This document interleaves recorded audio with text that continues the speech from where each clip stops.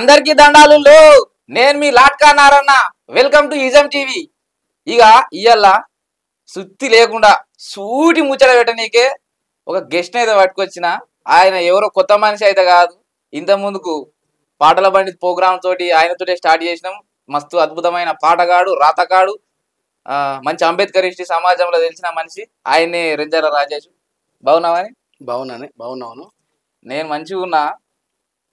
అయితే మీ గురించి ఈయన మంచి అంబేద్కరిస్టు, ఏడ ఉద్యమం జరిగినా, దళితులకు జరిగినా, లేకపోతే ఇంకెవరికైనా జరిగినా పోతాడు, మంచిగా స్పందిస్తాడు, పాటలు రాస్తాడు, పాడతాడు, విగ్రహావిష్కరణ చేస్తాడు, అంబేద్కరిజాన్ని ప్రపంచానికి పరిచయం చేస్తాడని మాత్రమే తెలుసు. మరి ఇప్పుడు ఏమో కొత్త రంగులు అంటించుకొని తిరుగుతున్నావని బయట మస్తు టాకు. మేము కూడా చూస్తున్నాం సోషల్ మీడియాలో, యూట్యూబ్లలో ఆడాడ అగో ఇప్పుడు నీ ముఖానికి ఏదో అంటుకుంది, కనిపిస్తుందా? దాని పేరు మాల. మాల కులమని అలా కనిపిస్తుంది. మరి టాటాక్ అక్షరాలతో కులం బోర్డు కనిపిస్తుంది. ఇంత ముందుకేమో అంబేద్కర్ కనిపించేది, ఇప్పుడేమో మరి ఏదో మాల అని కనిపిస్తున్నది. ఏంది మరి? అంటే ఇంతకుముందే అన్నావు, ఎవరికి అన్యాయం జరిగినా పోతాడు. ఒకప్పుడు మరి అట్నే ఉండే. మరి అంటే భారత రాజ్యాంగంలో ఉన్నటువంటి హక్కులని బీజేపీ గవర్నమెంట్ రాజ్యాంగబద్ధంగా కాకుండా వాళ్ళకి ఇష్టం వచ్చినట్టుగా స్వీయ నిర్ణయాలు తీసుకుంటూ రాజ్యాంగాన్ని మార్చేసే ప్రయత్నం చేస్తూ దాన్ని ఉల్లంఘిస్తుంది. దాంట్లో భాగంగా అంతకుముందు రైతుల మీద నల్ల చట్టాలు తీసుకొచ్చారు. తర్వాత రాత్రికి రాత్రే సిఏఏ ఎన్ఆర్సీ తీసుకొని వచ్చిండ్రు. అట్లాగనే భారత రాజ్యాంగం ప్రకారం జరగాల్సిన ఏబిసిడి వర్గీకరణ, భారత రాజ్యాంగం ప్రకారం జరగాల్సిన ఏబిసిడి వర్గీకరణని వాళ్లకు నచ్చినట్టు సుప్రీంకోర్టు చేత చేయించుకున్నారు. ఇప్పుడు నచ్చినట్టు చేయించుకున్నారంటే సుప్రీంకోర్టు ఏం మన ఊర్లలో ఉండే పెద్ద మనుషుల తీర్మానం కాదు కదా. ఈ భారతదేశ అత్యున్నత న్యాయస్థానం అది.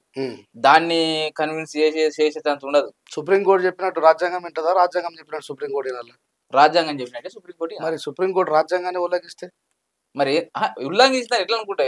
ఇప్పుడు ఏబిసిడి వర్గీకరణని నేను వ్యతిరేకిని కాదు, సపోర్ట్ చేస్తావు. 100% ఏబిసిడి వర్గీకరణకి రాజ్యాంగబద్ధంగా సపోర్ట్ చేస్తాను. అంటే రాజ్యాంగబద్ధంగా ఎట్లా అయింది?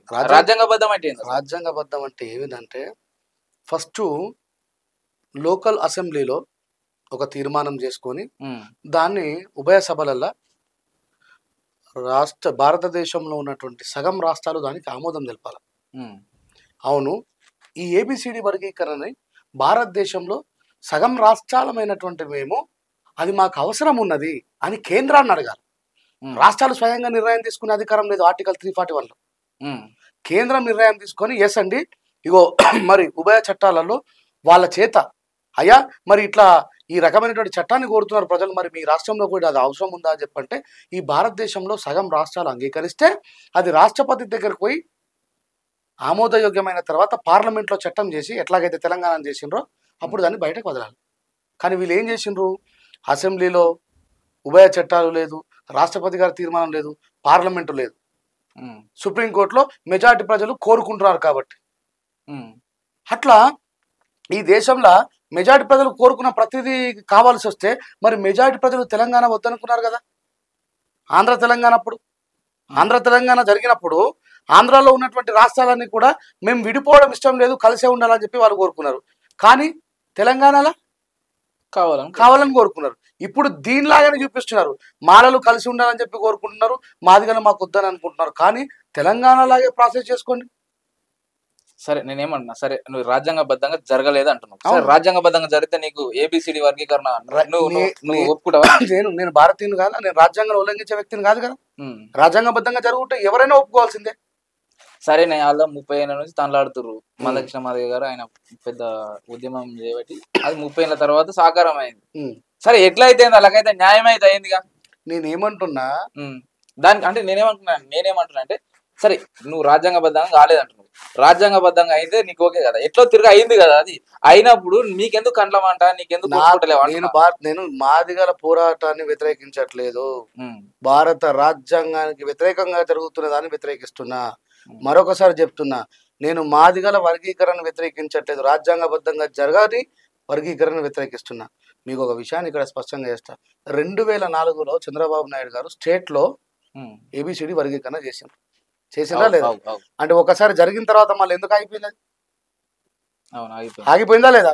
ఎందుకంటే చెప్పింది కదా మనకృష్ణ మాదిగా ఎందుకైంది మీ మాలో అందరూ మరి మాయావతి పెద్ద పెద్ద పొజిషన్లు వీళ్ళు సుప్రీంకోర్టు మేనేజ్ చేయగలుగుతారు అందరు వీళ్ళు కావాల్సుకుని అడ్డం కట్టేసారు లేకపోతే ఇది జరుగుతుంది జరిగేది అని చెప్పిండు. మాలోళ్ళు ఎన్ని రాష్ట్రాలలో ఉన్నారు? మాలో అయితే ఈ రాష్ట్రం మాలో తెలంగాణలో ఆంధ్రాలో ఉన్నారు. మాయావతి కూడా వద్దంటుంది కదా ఏబిసిడి వర్గీకరణ. ఎందుకు వద్దంటుంది? ఆమె అది రాజ్యాంగ వ్యతిరేకం కాబట్టి రాజ్యాంగ వ్యతిరేకంగా జరిగితే ఆమె ఒప్పుకోలేదు. చంద్రశేఖర్ ఆజాద్ కూడా వద్దంటున్నాడు కదా, చిరాగ్ పాశ్వర్ వద్దంటున్నాడు కదా. వీళ్ళు ఎందుకు వద్దంటున్నారు? ఈయననేమో ఎందుకు వద్దంటున్నారు? నువ్వు రాజ్యాంగ వ్యతిరేకం అని నువ్వు అంటున్నావు, మరి వాళ్ళు ఎందుకు వద్దంటారు? రాజ్యాంగ వ్యతిరేకంగా జరగకూడదు, రాజ్యాంగబద్ధంగానే జరగాలంటున్నారు వాళ్ళు. నేను రాజ్యాంగబద్ధంగానే జరగాలనుకుంటున్నా.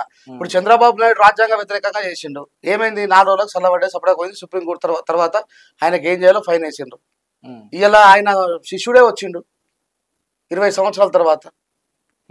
అందరికంటే ముందు నేనే చేస్తా అని చెప్పాడు గౌరవ ముఖ్యమంత్రి రేవంత్ రెడ్డి గారు. అంటే నీకేంది?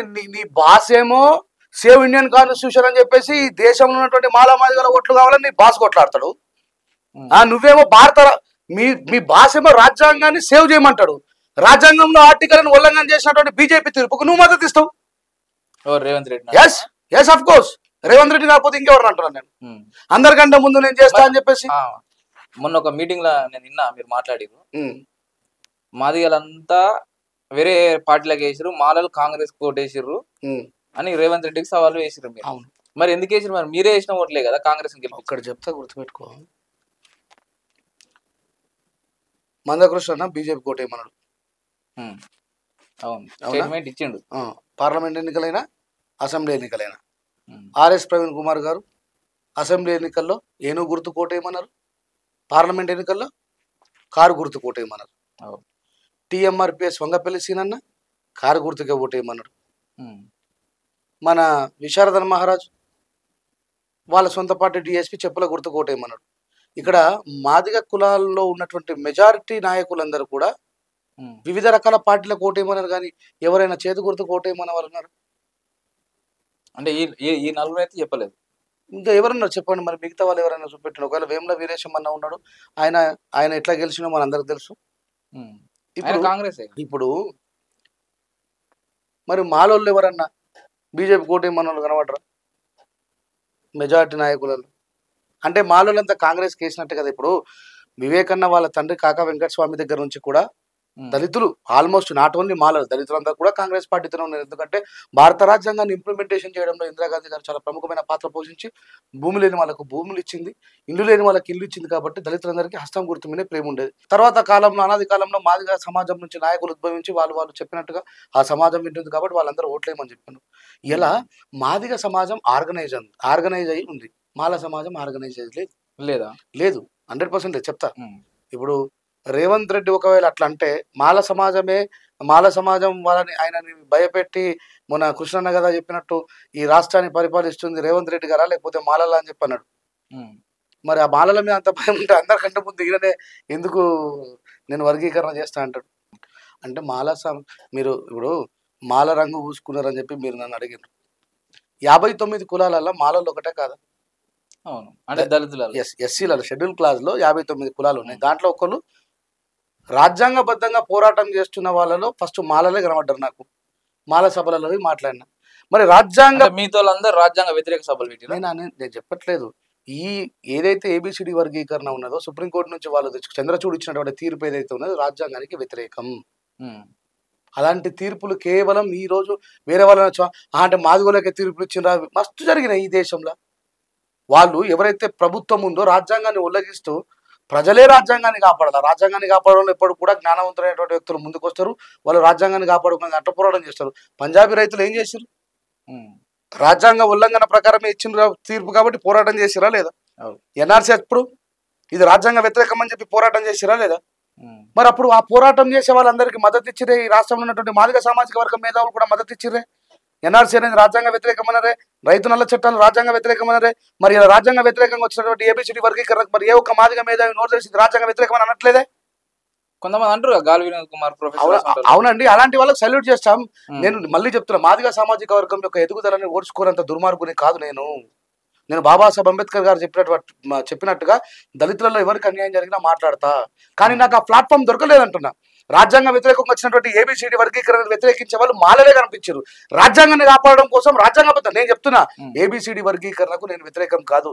మన వ్యూవర్స్ కు తెలవాలా, మిగతా వాళ్ళకి తెలవాలా, అది రాజ్యాంగబద్ధంగా జరగాలని చెప్తున్నా. ఆర్టికల్ 341 ఏం చెప్తున్నది, దాని ప్రకారం జరగాల. 341 ఉల్లంఘిస్తున్నారు వీళ్ళు. ఇలా ఈ ఒక్కదానికి ఒక్కొక్క పేజీ చింపుకుంటూ పోయిన తర్వాత రాజ్యాంగం ఏముంటది? అంతకుముందు ఏం చేశారు, ఎస్సీ ఎస్టీ అట్రాసిటీ కేసులో 24 గంటల్లో జైల్లో వేయాలని చెప్పేసి ఆ తీర్పు కోర్టులో పెట్టాలి. దానికి 41 సిఆర్పిఎస్ నోటీస్ ఇస్తున్నారు. 41 సిఆర్పిఎస్ నోటీసు. దీనికి సంబంధించిన ఎస్సీ ఎస్టీ అట్రాసిటీ కేసు అనేది ఒక ప్రత్యేకమైన చట్టం. ఆ మధ్య ఏం చేసింది బీజేపీ గవర్నమెంట్, తొలుతల ఎస్సీ ఎస్టీ అట్రాసిటీ కేసులో ప్రభుత్వ ఉద్యోగులకు మినహాయింపు అన్నది. అంటే ప్రభుత్వం ఉద్యోగులు కొడితే వాళ్ళకు అట్రాసిటీ కేసు వర్తించదు. అప్పుడు దేశవ్యాప్తంగా పెద్ద మొత్తంలో ఉద్యమాలు చేసినామే. వాళ్ళు ఏం చేస్తారు, అప్పుడు కలిసేవారు కదా. ఇప్పుడు ఎందుకు మీ మాలమాదిగల మధ్య ఈ అంటరానితనం అనుభవించిన రెండు కులాలకు ఇన్ని కొట్లాటలు ఎందుకు వస్తున్నాయి అంటున్నా నేను. ఇక కొట్లాట ఏం లేదు. మందకృష్ణ ఇప్పుడు వాళ్ళు ప్రెస్ మీట్ పెట్టి మిమ్మల్ని తిడుతురు, మీరు ప్రెస్ మీట్ పెట్టి వాళ్ళని తిడుతురు. వాళ్ళు తిట్టడం కాదు, మేము తిట్టడం కాదు, నడుస్తుంది కదా. మందకృష్ణ అన్న చెప్తా, సుప్రీంకోర్టు తీర్పు వచ్చింది. మాలలు ఎవరైనా రోడ్ల మీదకి వచ్చి ధర్నాలు చేసిరా? అరే చెప్పింది వినాలి. సుప్రీంకోర్టు తీర్పు వచ్చినప్పుడు మాలలు ఎవరు బయటకు వచ్చి రోడ్డు మీదకి వచ్చి ధర్నాలు చేయాలి? వాళ్ళు సంబరాలు చేసుకున్నారు. అది పంజాబీ హర్యానా పోరాట ఫలితంగా సంక్రమించింది. ఈయన ఎఫెక్ట్ ఉంటే కొంచెం ఉండొచ్చు, కానీ పూర్తి స్థాయిలో మాత్రం వాళ్ళు చేసిన ఉద్యమం ఈయన చేసిన, వాళ్ళకి వీళ్ళకి సంబంధం లేకుండా జరిగినటువంటి వ్యవహారం అది. అక్కడ ప్రజల మేరకు ఇప్పుడు ఇండియన్ కాన్స్టిట్యూషన్ ఏం చెప్తుందంటే, ఒకవేళ రాష్ట్రాలే వాళ్ళ చేతులకు అధికారం ఇస్తే, కేంద్ర ప్రభుత్వం కాక, ఇప్పుడు ఎవరైతే రాజకీయాన్ని ఇన్ఫ్లుయెన్స్ చేసే స్థాయిలో ఉన్నారో వాళ్ళకు మాత్రమే చెందేలా చేస్తుంది. మరి ఇప్పుడు మాదిగలే ఈ దేశంలో మాలలు మాత్రమే, ఇద్దరు మాత్రమే ప్రజల్ని మన రాజకీయ నాయకులు ఇన్ఫ్లుయెన్స్ చేసే పరిస్థితిలో ఉంటే, మరి దక్కల పరిస్థితి ఏంది, రెల్లోల పరిస్థితి ఏంది, చిందుల పరిస్థితి ఏంది, మాలమాశిష్టుల పరిస్థితి ఏంది, గుర్రప్పమల పరిస్థితి ఏంది, వీళ్ళ పరిస్థితి ఏంది? వీళ్ళకి ఎవరికి చాలా దీంతో కదా సమన్యాయం జరుగుతుంది. ఏబిసిడి వర్గీకరణ జరిగితే ఈ ఉపకులాలు ఇప్పుడు మాలోళ్ళు అన్ని జాబ్లు కొడుతురు, అన్ని రంగాలు ఆళ్ళెవరు. ఈ వర్గీకరణ జరగడం తోటి ఉపకులాలు మాదిగతో పాటు మిగతా ఉపకులాలు అన్ని లాభపడతాయి అనేది మందకృష్ణ మాదిగ చాలా ఓపెన్ గా చెప్తున్నాడు కదా. నేను చెప్తా, ఇది ఏ, ఇది బి, ఇది సి, ఇది డి. ఏబిసిడి వర్గీకరణ జరిగింది. రెల్లి మాదిగ, మాదిగ ఉపకులాలు, మాల ఉపకులాలు, ఆది ఆంధ్ర తెలంగాణలో ఉన్నదా? లేరు, మొత్తం కూడా ఆంధ్రప్రదేశ్లోనే ఉన్నది. రెల్లి కూడా తెలంగాణలో చాలా తక్కువ, అది కూడా ఆంధ్రాలోనే ఉన్నది. ఇప్పుడు ఈ నలుగురు కూడా ఒక టీచర్ల కోసం నోటిఫికేషన్ వేసిండు అనుకో, గౌరవ ముఖ్యమంత్రి రేవంత్ రెడ్డి గారు 1000 పోస్టులు వేసిండు. రిజర్వేషన్ ప్రకారం ఎన్ని వస్తాయి? 15% అంటే 150 వస్తాయి. ఇంకా బీసీలకు 27% కాబట్టి వాళ్ళకి 270 పోతాయి. ఈ సందర్భంలో బీసీలు బాబాసాహెబ్ అంబేద్కర్ గారిని గుర్తు చేసుకోవాలి. వీళ్ళు ఏమనుకుంటారు, పాపం బీసీలకు తెలియక ఎప్పుడు అంబేద్కర్ వాళ్ళకి రాసిందని చెప్పి. గౌరవ ముఖ్యమంత్రి గారు 1000 పోస్టులు వేస్తే 270 బీసీ రిజర్వేషన్ల పొందేది బీసీలు. 150 వచ్చేది ఎవరికి? ఎస్సీలకు. ఈ ఎస్సీలల్లో ఏబిసిడి, రెల్లిల ఎడ్యుకేషన్ లేదు, మాదిగల ఎడ్యుకేషన్ ఉన్నది, మాదిగ ఉపకులాల చాలా తక్కువ ఎడ్యుకేషన్ ఉంది, మాలల ఎడ్యుకేషన్ ఉంది, మాల ఉపకులాల్లో కూడా కొంచెం తక్కువ ఎడ్యుకేషన్ ఉంది. ఆది ఆంధ్ర. ఇప్పుడు టీచర్ కావాలంటే కావాల్సిన క్వాలిఫికేషన్ ఏంది? బీఈడి కావాలి. ఇప్పుడు ఈ రెల్లిల 10th క్లాస్ పాస్ అయిన వాళ్ళే ఉన్నారు, మాదిగల బీఈడి చేసిన వాళ్ళు ఉన్నారు, మాదిగ ఉపకులాలలో 5వ తరగతి 6వ తరగతి చదువుకున్న ఉన్నారు, మాలల బీఈడి పాస్ అయిన ఉన్నారు, మాల ఉపకులాలలో 10th క్లాస్ ఇంకో 5 ఉన్నారు. ఆది ఆంధ్ర అయితే లేనే లేదు. ఇప్పుడు ఈ నలుగురిట్లల్లా బీఈడి పాస్ అయిన వాళ్ళకు ఉద్యోగం వస్తుందా ఏబిసిడి వర్గీకరణ జరిగితే? అరే నువ్వు 5వ తరగతి మరి అప్పుడు విద్య యొక్క ఆవశ్యకత పెంచుకున్నాడు బాబాసాహెబ్ అంబేద్కర్ గారు. ఇప్పుడు మాలలు మాదిగలు ఇద్దరు కూడా విద్యను అందుకొని చదువుకొని గొప్పలేరు కాబట్టి వీళ్ళు ఏం చేయాలి? వీళ్ళ కాంట్రిబ్యూషన్ ఏమంటాడు డాక్టర్ బాబాసాహెబ్ అంబేద్కర్ గారు? మీరు పే బ్యాక్ టు సొసైటీ చేయండి. మీ డబ్బుని, మీ జ్ఞానాన్ని, మీ టైంని ఇగో ఈ కింది స్థాయిలో బతుకుతున్నటువంటి మీ జాతరకు కేటాయించి వాళ్ళని విద్య వైపు తీసుకురమ్మని అంటున్నాడు. ఏబిసిడి వర్గీకరణ జరిగితే 5వ తరగతి పాస్ అయినాడు కదా, నీ కోట నీకు వచ్చింది కాబట్టి 5వ తరగతి పాస్ అయితే నువ్వు టీచర్ జాబ్ చేయమని చెప్పి గవర్నమెంట్ యాక్సెప్ట్ చేస్తుందా? బీఈడి చదువు అంటే ఇక్కడ చదువుకున్న వాళ్ళకి మాత్రమే వస్తుంది. ఏబిసిడి వర్గీకరణ జరిగినంత మాత్రాన మాదిగలు లాభపడతారు, మాదిగ ఉపకులాలు లాభపడతారు, మాలలు నష్టపోతారు అనే మాట అబద్ధం. చదువుకున్న వాళ్ళు లాభపడతారు. మరి ఈ మాదిగ నాయకులలో కొద్దో గొప్ప ఆర్ఎస్ ప్రవీణ్ కుమార్ గారు తప్ప చదువుకోమని చెప్పిన నాయకుడు కనబడతారు మీకు ఎక్కడైనా? అసలు డప్పులు కొట్టేది మనకు అవసరమా? అక్కడక్కడ విశారదన్ మహారాజ్ చెప్తారు, చెప్పులు కుట్టుడు బంద్ చేయరు, మీరు డప్పులు కుట్టుడు బంద్ చేయరు. కదిరి కృష్ణ గారు చెప్తారు, చెప్పులు తయారు చేసింది స్పష్టంగా ఈ భారతదేశంలో మాదిగలే. కానీ పారాగన్ ఎవరి చేతిలో ఉంది? బాటా ఎవరి చేతిలో ఉంది? ఆ కర్మగారాలలో కూలి వాళ్ళుగా పనిచేస్తున్నారు కదా వీళ్ళు. మరి వీళ్ళని ఆ కూలీలని యజమానులుగా చేయాల్సిన బాధ్యత తీసుకోవాలి కదా మందకృష్ణ. ఏబిసిడి వర్గీకరణ రాజ్యాంగ వ్యతిరేకంగా పోయి మోడీ గారికి నువ్వు భక్తుడివై, మోడీ గారికి నువ్వు ఆయన కింద చాకిరి చేసుకొని వచ్చినావు నువ్వు. అంటే ఏదైతే ఉంది, ఆయనకు 30 ఏళ్ల సంది పోరాటం చేసి అలసిపోతుండు కదా. ఆయన కావాల్సిన వర్గీకరణ కావాలి. మోడీ అంటే ఇందులో ఇంకొక విషయము, ఇప్పుడు మీరు ఇట్లా మాట్లాడుతారు కదా, అందులో మందకృష్ణ కూడా ఈ రోజుకు వ్యతిరేకించే మాదిగలు చాలా మంది ఉన్నారు. ఎందుకు ఈ మనువాద సంఖ్యను ఎక్కిండు, వీళ్ళు నరు రాక్షసుడు మోడీ అని చాలా మంది ఓపెన్ గా పోస్టులు కూడా పెడుతురు కదా మోడీ దగ్గరకు పోయి. నేనేమంటా, అలా ఇప్పుడు మాలలు భారత రాజ్యాంగ వ్యతిరేకంగా జరుగుతున్నటువంటి వర్గీకరణకు మేము వ్యతిరేకమని ఒక పెద్ద ప్లాట్ఫామ్ ఏర్పాటు చేసి రాజ్యాంగాన్ని కాపాడుకుందాం, సేవ్ ఇండియన్ కాన్స్టిట్యూషన్ పేరు మీద పెడుతున్నటువంటి సభలాగా పెట్టమని కదా.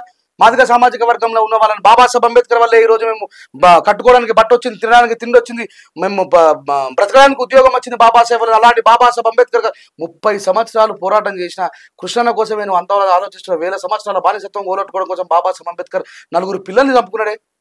మరి అలాంటి రాజ్యాంగాన్ని విచ్ఛిన్నం చేస్తున్నావు నువ్వు. కొద్దిమంది కోసం భారత రాజ్యాంగంలో ఒక పేజీని తిప్పేస్తున్నావు నువ్వు. పంజాబ్లో ఉన్నటువంటి రైతులు, హర్యానాలో ఉన్నటువంటి రైతులు రోడ్ల మీదకి ఎక్కి వాళ్ళ ప్రాణత్యాగం చేసి ఎందుకు రోడ్ల మీదకి వచ్చారు? అది కేవలం వాళ్ళ కోసమా?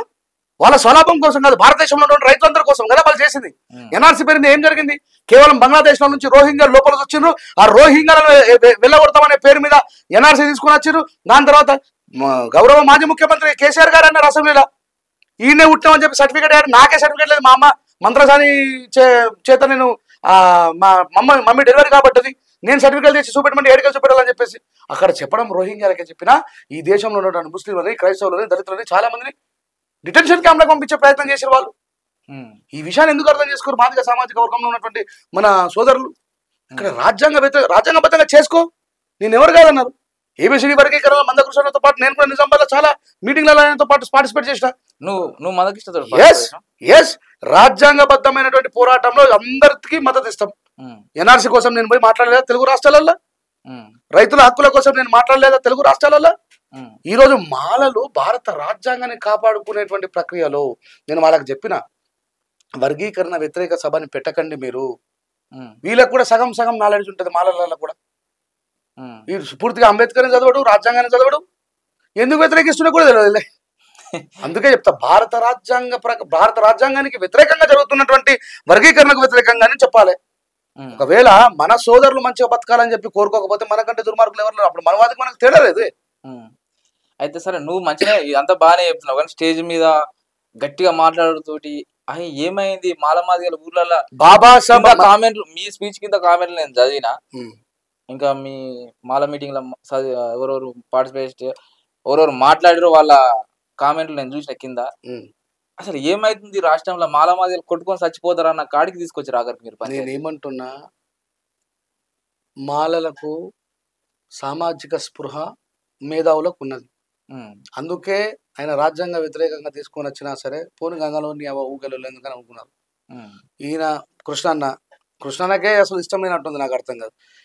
మీటింగ్ పెట్టి ఏది ప్రెస్ మీట్ పెట్టి మాలలు వర్గీకరణ మీద మౌనాన్ని వీడాలి. బాబాసాహెబ్ అంబేద్కర్ కూడా మహర్ల సమ్మేళనం పెట్టిండు, ఆయన కూడా కులం ఆలోచనలు ఉన్నాయి. కాసిమన్ననేమో బాబాసాహెబ్ అంబేద్కర్ మాలలకు, బాబు జగ్జీవన్ రావు మాదిగలకు, ఆయన ఒక ప్రొఫెసర్ ఇలాంటి మాటలు మాట్లాడొచ్చునా? అదే అడుగుదాం అనుకున్నా, మీ స్పీచ్ లో కూడా మాట్లాడారు.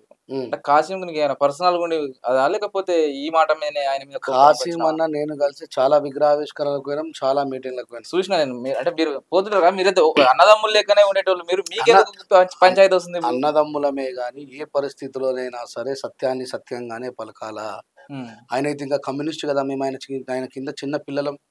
ఆయన తర్వాత తరంలో వచ్చిన వాళ్ళం. బాబాసాహెబ్ అంబేద్కర్ సిద్ధాంతంలో కమ్యూనిజం అంటే పీడిత ప్రజల కోసం ప్రాణాలు ఇచ్చారు వేలాది మంది. అలాంటి కమ్యూనిజంలో ఉండే నువ్వు కులాన్ని గులుముకుంటావే? బాబు జగ్జీరావు గురించి నీకేం సంబంధం? నువ్వు మాట్లాడితే కేజీ సత్యమూర్తి గురించి మాట్లాడు, అసువులు బాసిన పోరాట యోధుల గురించి మాట్లాడు.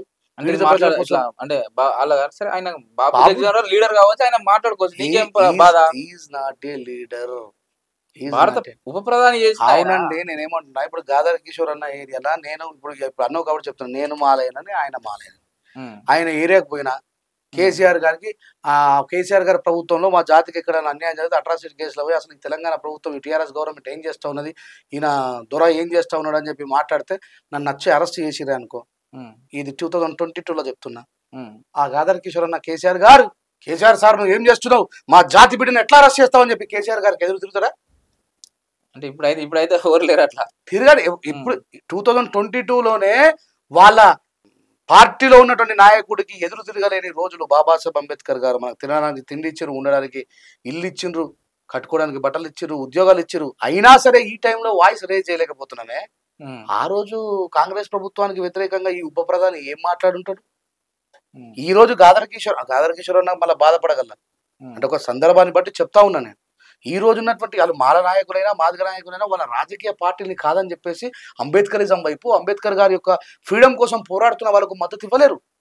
అలాంటిది బాబు జగ్జీవన్ రావు ఏం చేసిండు?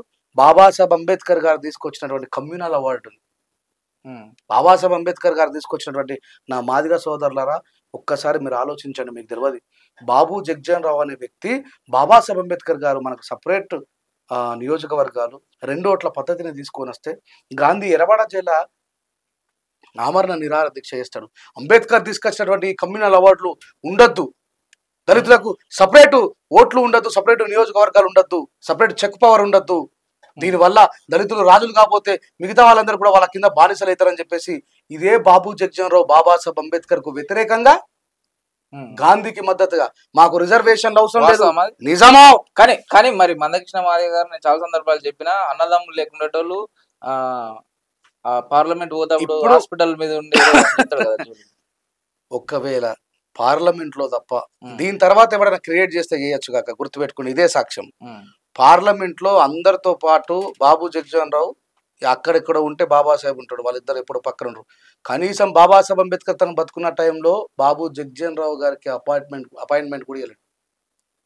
అంబేద్కర్ జగ్జీవన్ రావుకి ఇవ్వలేదంట. నీకు పెరియార్ గారితో బాబాసాహెబ్ అంబేద్కర్ ఫోటో దిగింది కనబడుతుంది, సంత్ గాడిగే బాబాతో బాబాసాహెబ్ ఫోటో దిగింది కనబడుతుంది, ఛత్రపతి సాహు మహారాజ్ తో బాబాసాహెబ్ ఫోటో దిగింది కనబడుతుంది, ఇంకా చాలా మంది ఫ్రీడమ్ ఫైటర్స్ తో ఈవెన్ గాంధీతో కూడా బాబాసాహెబ్ అంబేద్కర్ ఫోటో కనబడుతుంది. అని బాబు జగ్జీవన్ రావు ఎప్పుడు కూడా బాబాసాహెబ్ అంబేద్కర్ గారితో లేరు. ఎందుకంటే ఆయన కాంగ్రెస్ నాయకుడు అండి, బాబాసాహెబ్ అంబేద్కర్ ఫ్రీడమ్ ఫైటర్. బాబాసాహెబ్ అంబేద్కర్ తెచ్చినటువంటి మాకు గాంధీ ప్రాణం ముఖ్యం, ఈ దేశంలో దళితుల హక్కులతో నాకు అవసరం లేదని చెప్పేసి కమ్యూనల్ అవార్డు కొట్టేపించి తనకు వ్యతిరేకంగా సంతకం పెట్టిన బాబు జగ్జీవన్ రావు. వాస్తవం ఈ విషయం మాదిగలో ఉన్నటువంటి భేదాలు కదిరి కృష్ణ అని చెప్పాడు మాకు ఎన్నో మీటింగ్లలో, బాంసెప్ మీటింగ్లలో అక్కడ. మరి ఇది నిజం, చరిత్ర చదివితే తెలుస్తుంది, మనం చదవరు, చరిత్ర చదివితే తెలుస్తుంది. అలాంటి బాబు జగ్జీవన్ రావు గురించి మందకృష్ణ బాబాసాహెబ్ అంబేద్కర్ లేకపోతే బాబు జగ్జీవన్ రావు లేకపోతే బాబాసాహెబ్ అంబేద్కర్ గారికి అసలు రాజ్యాంగం రాసే అవకాశం లేదు. గాదర్ కిషోర్ అన్న అరెస్టునే ఆపనోడు. నెహ్రూ గారు ఆగండి, మా బాబాసాహెబ్ అంబేద్కర్ గారు ఉండగా మీరు ఎవరితో రాజ్యాంగం రాపిస్తారా అని చెప్పాను. అంత మొగైనా నేనా ఏమో అప్పుడు అంత సీన్ లేదు. ఏం రారు అంటే సారు నీ కాలు మొక్కలు. బాబాసాహెబ్ అంబేద్కర్ గారికి వ్యతిరేకంగా తీసుకుని వచ్చినటువంటి ఇంకొక దళిత రత్నమే బాబు జగ్జీవన్ రావు గారు. బాబు జగ్జీవన్ రావు గారు మరణిస్తే అక్కడ రాజకీయ లాంఛనాలతో రాజకీయ నాయకులకు ఈ దేశం కోసం పనిచేసిన వాళ్ళందరి కోసం సమాధులు కడతారు. అక్కడ బాబు జగ్జీవన్ రావు ఒక దళితుడు అని చెప్పేసి ఆయన చనిపోయిన తర్వాత బాబు జగ్జీవన్ రావు గారట ఆయన డైరీలో రాసుకున్నారట, నా దేహాన్ని మా తోటలోనే బొందబెట్టండి అని. అంటే ఈ కాంగ్రెస్ నాయకులు ఎంత దుర్మార్గులు అంటే జగ్జీవన్ రావు గారిని ఉపయోగించుకున్న రోజులు ఉపయోగించుకొని బాబాసాహెబ్ అంబేద్కర్ గారికి వ్యతిరేకంగా తీరా ఆయన శవాన్ని రాజకీయ నాయకుల పక్కన కట్టకుండా తీసుకుపోయిన తోటలో పెట్టిండ్రు. ఇది ఆయన మరణించిన తర్వాత ఆయనకు జరిగిన అవమానం. ఇదే బాబు జగ్జీవన్ రావు గారు ఒక విగ్రహాన్ని ఆవిష్కరించడానికి పోయితే అవి ఉప ప్రధానిగా ఉన్నప్పుడు ఈ దేశంలో ఉన్నటువంటి మా సమాజానికి తెలవాలా, ఉప ప్రధానిగా ఉన్నటువంటి వ్యక్తి విగ్రహావిష్కరణ చేసి పోయిన తర్వాత దాని మీద ఆవు గుచ్చ పాలు పెండ పోసి మొత్తం కడిగేసారు. ఒక దళితుడు వచ్చి ఈ విగ్రహాన్ని ముట్టి ఆవిష్కరించిందని చెప్పేసి బాబు జగ్జీవన్ రావుకు కూడా అవమానం జరిగింది. 100% అవమానం జరిగింది. నువ్వు ఏ పదవిలో ఉన్నా సరే, నువ్వు దళితుడు కాబట్టి ఈ దేశానికి ఉప ప్రధాని చేసినా కానీ నువ్వు మాతో పాటు సమానంగా కనీసం సమాధుల పక్కన కూడా నీకు ఉండకూడదు అని చెప్పేసి తీసుకుపోయిన తోట్ల బొంద పెట్టించినటువంటి దుర్మార్గులు ఈ కాంగ్రెస్ నాయకులు. వాస్తవం చరిత్రనా ఇది? చదువుకోమని చెప్పు. ఉమ్. బీహార్లో ఆయన పుట్టింది బీహార్లో. అవు. మరి ఎన్ని విగ్రహాలున్నాయి బీహార్లో? ఉమ్. ఎన్ని విగ్రహాలున్నాయి బీహార్లో? పోయి చూడండి కావాలంటే, నా మాట అబద్ధమైతే. లేవా? ఎందుకు? మాన్యత గ్రేట్ కాన్షీరామ్ గారు ఉమ్. చెంచాయుగం పుస్తకం రాసిండు ఆయన కోసమే. జగ్జీవన్ రావు గురించి రాసిన పుస్తకం నీకు అది? బాంబ్స్ నీకు కాన్షీరామ్ గారు స్థాపించిన బిఎస్పీలో కానీ బాంబ్ లో కానీ బాబు జగ్జీవన్ రావు ఫోటో ఉంటుంది, చూడండి. ఉండదా? చూడండి మీరు. ఉమ్. ఇప్పుడు కావాలంటే ఇప్పుడే సరే, ఆయన కాంగ్రెస్ కాబట్టి బీఎస్పీ కాబట్టి పెట్టుకోకుండా ఫోటో. ఇట్సబెట్టు. ఏ సమాజం కోసం అయితే పోరాడాడు. మరి పెరియార్ రామస్వామి నాయక్ గారు కూడా కాంగ్రెస్ లో పనిచేసిన అన్న నుంచి బయటకు వచ్చింది. బయటకు వచ్చిన తర్వాత మరి ఆయన గౌరవించుకోలేడా కాన్షీరామ్ గారు? అవు.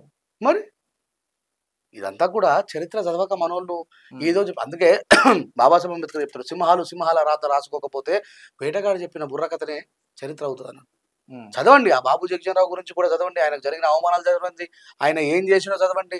నాకు అర్థం కాదు, ఇప్పుడు ఆయన మెట్రికులేషన్ పాస్ అయినటువంటి వ్యక్తి ఆయన భారత రాజ్యాంగంలో ఏం చేస్తాడని నాకు అర్థం కాదు. ఎవరు? బాబు జగ్జీవన్ రావు. ఆయనని బాబాసాహెబ్ అంబేద్కర్ గారికి కాంగ్రెస్ గవర్నమెంట్ ఆల్టర్నేట్ గా తీసుకొచ్చి పెట్టుకున్నది. ఆయన వల్ల మాదిగ సమాజానికి, మాల సమాజానికి, అసలు దళిత సమాజానికి ఎలాంటి ఏం జరగలేదు. మరి ఎందుకున్నాయి విగ్రహాలు గినియానం?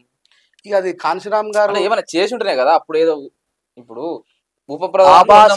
ఓపెన్ గా చెప్తున్నా, బాబాసాహెబ్ అంబేద్కర్ గారిని మాదిగ సమాజానికి దూరం చేయడం కోసమే ఆ విగ్రహం వచ్చింది.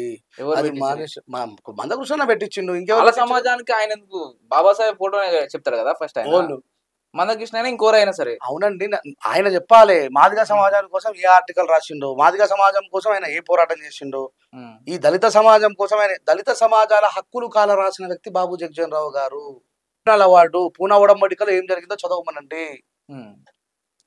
అటు పోయి మళ్ళీ మందకృష్ణ ఏదో మాదిగ సమాజాన్ని బాబాసాహెబ్ దూరం చేయడానికి చేసిన మళ్ళీ ఒకసారి ఆలోచన చేస్తాను. నేను ఏమైతుంది, ఉన్న వాస్తవమే చెప్తున్నా. నేను ఉన్న వాస్తవమే చెప్తున్నా. బాబాసాహెబ్ అంబేద్కర్ ఎందుకు తీసుకొచ్చి పెట్టాల్సి వచ్చింది? బాబాసాహెబ్ అంబేద్కర్ గారు బీసీలకు రిజర్వేషన్ ఇచ్చిండు, ఎస్సీలకు రిజర్వేషన్ ఇచ్చిండు, ఎస్టీలకు రిజర్వేషన్ ఇచ్చిండు, అగ్రవర్ణంలో పేదలకు రిజర్వేషన్ ఇచ్చిండు, స్త్రీలకు రిజర్వేషన్ ఇచ్చిండు, హక్కులను కల్పించిండు కదా. మరి బాబు జగ్జీవన్ రావు ఏం చేసిండని చెప్పి తీసుకొచ్చి బాబాసాహెబ్ పక్కన పెడుతున్నాను చెప్పు, ఏం చేసిండు? ఇంకా 4 రోజులు అయితే రాజ్యాంగమే బాబు జగ్జీవన్ రావు రాసినట్టున్నారు. ఇక మేము నోరు మూసుకున్నా కొద్ది అంత దేశమంతా తెలుసు కదా అండి. మీరు అట్లా అన్నంత మాత్రాన ఇప్పుడు రాజ్యాంగం బాబాసాహెబ్ అంబేద్కర్ గారట పార్లమెంట్ గేట్ బయట నిలబడ్డారట. బాబాసాహెబ్ నెహ్రూ లాంటోడు, రామ్సే మెక్డొనాల్డ్ లాంటి వాళ్ళు, ఈ దేశాన్ని పరిపాలించిన చివరి ప్రధాని మౌంట్ బాటన్ లాంటి వాళ్ళు కూడా బాబాసాహెబ్ అంబేద్కర్ గారు ముందర మాట్లాడలేక, న్యాయశాస్త్ర నిపుణుడు బాబాసాహెబ్ అంబేద్కర్, ఆర్థిక శాస్త్ర నిపుణుడు, ఎకనామిస్ట్ బాబాసాహెబ్ అంబేద్కర్ గారు, వాళ్ళే ఆయన ముందర మాట్లాడలేక భయపడ్డరు. నెహ్రూ బాబాసాహెబ్ అంబేద్కర్ గారిని పార్లమెంట్ బయటనే నిలబెడితే మరి ఆయనకు న్యాయశాఖ మంత్రి పదవి ఎందుకు ఇచ్చిండు? ఈయన ఇప్పించిండా? ఈయనని ఇప్పించడానికి మాట్లాడేటట్టున్నారు. అంటే చరిత్రలో మీరు చెప్తున్న అబద్ధాలు ఎవడు ఖండించకపోతే, మన కాసిమన్న లాంటి ఒక ప్రొఫెసర్ ఉండే వ్యక్తి మాదిగలకు బాబు జగ్జీవన్ రావు, మాలలకు బాబాసాహెబ్ అంబేద్కర్ అని ఇంతకంటే దుర్మార్గం ఉంటుందా? మాయావతి గారి దగ్గరికి వెళ్ళి ఇంటర్వ్యూ చేయండి. If you can ask him one question about of Babu Jagjivan Rao, you just get out అంటది. ఆమె అరే ఆయన మా జాతిని సర్వనాశనం చేసినామంటే బాబాసాహెబ్ అంబేద్కర్ గారు కన్నీళ్ళు పెట్టుకోవడానికి కారణము కమ్యూనల్ అవార్డుని గుంజి పారేసాడు, గాంధీ ప్రాణం ముఖ్యం, దళితులు హక్కులతో నాకు అవసరం లేదన్నాడు. అందుకే ఆ మాయావతి గారికి తెలుసు, కాశీరామ్ గారికి తెలుసు ఆ విషయం. మరి కాశీం సార్ తెలియదా? మరి ఏమో ఆయననేమో మనవాదుల భుజాలు ఎక్కిండు. మరి ఈయన ఏం చేస్తున్నాడు నాకు అర్థం కావట్లేదు. ఎవరు బాధపడ్డా ఎవరు బాధపడకపోయినా నేను దీన్ని మాత్రం ఖండిస్తున్నా. బాబు జగ్జీవన్ రావు దళిత సమాజానికి ఏమీ చెయ్యలేదు. సరేనే, ఇదివరకు దాకా చెప్పినావు కదా. సరే, చర్చ ఇంకా పెడదాం, ఈడికి ఒడిచిపోయింది లేదు. అంటే మీరు ఈ మధ్యన సరే మస్తు పాటలు రాసి, ఈ మధ్యన ఏదో మాల పాట మీరు రాసి పాడారు. ఒకసారి మన కోసం ఒక పాట పాడుకున్నాక మళ్ళా తప్పకుండా వాడతా. ఈ మధ్య ఈయన ఇంతాక నువ్వు అన్నట్టు మాల సామాజిక వర్గాల వైపు పోతున్నాడు, మాలల కోసం మ్యాచ్ చేస్తున్నా అంటే నేను ఒకటి చెప్తున్నా. నేను మా నిజామాబాద్ జిల్లాలో ఒక గవర్నమెంట్ టీచర్ పెంటన్న అని గోసంగి సామాజిక వర్గానికి చెందిన వ్యక్తి. ఆయన ఒక 3 సంవత్సరాల క్రితం ఏం చేసిండే, గోసంగి పిల్లలలో 10th క్లాస్లో మంచి మార్కులతో పాస్ అయిన పిల్లగాళ్ళందరికీ కూడా నిజామాబాద్లో టీఎన్జిఓస్ భవన్లో ప్రోత్సాహకంగా వాళ్ళకి కొన్ని డబ్బులు ఇచ్చి ఇంకా పై చదువులు మా బాగా చదువుకోవాలని చెప్పేసి నన్ను గెస్ట్గా పిలిచిండు పెంటన్న.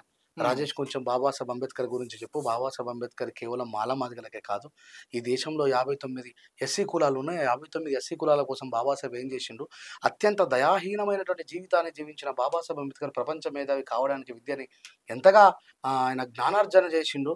ఆ విషయాన్ని పిల్లలకు చెప్తే బాబాసాహెబ్ అంబేద్కర్ గారిని ఇన్స్పిరేషన్గా తీసుకొని వాళ్ళు పై చదువులు చదివి చాలా గొప్ప వాళ్ళు అవుతారని చెప్పి పిలిచిండు.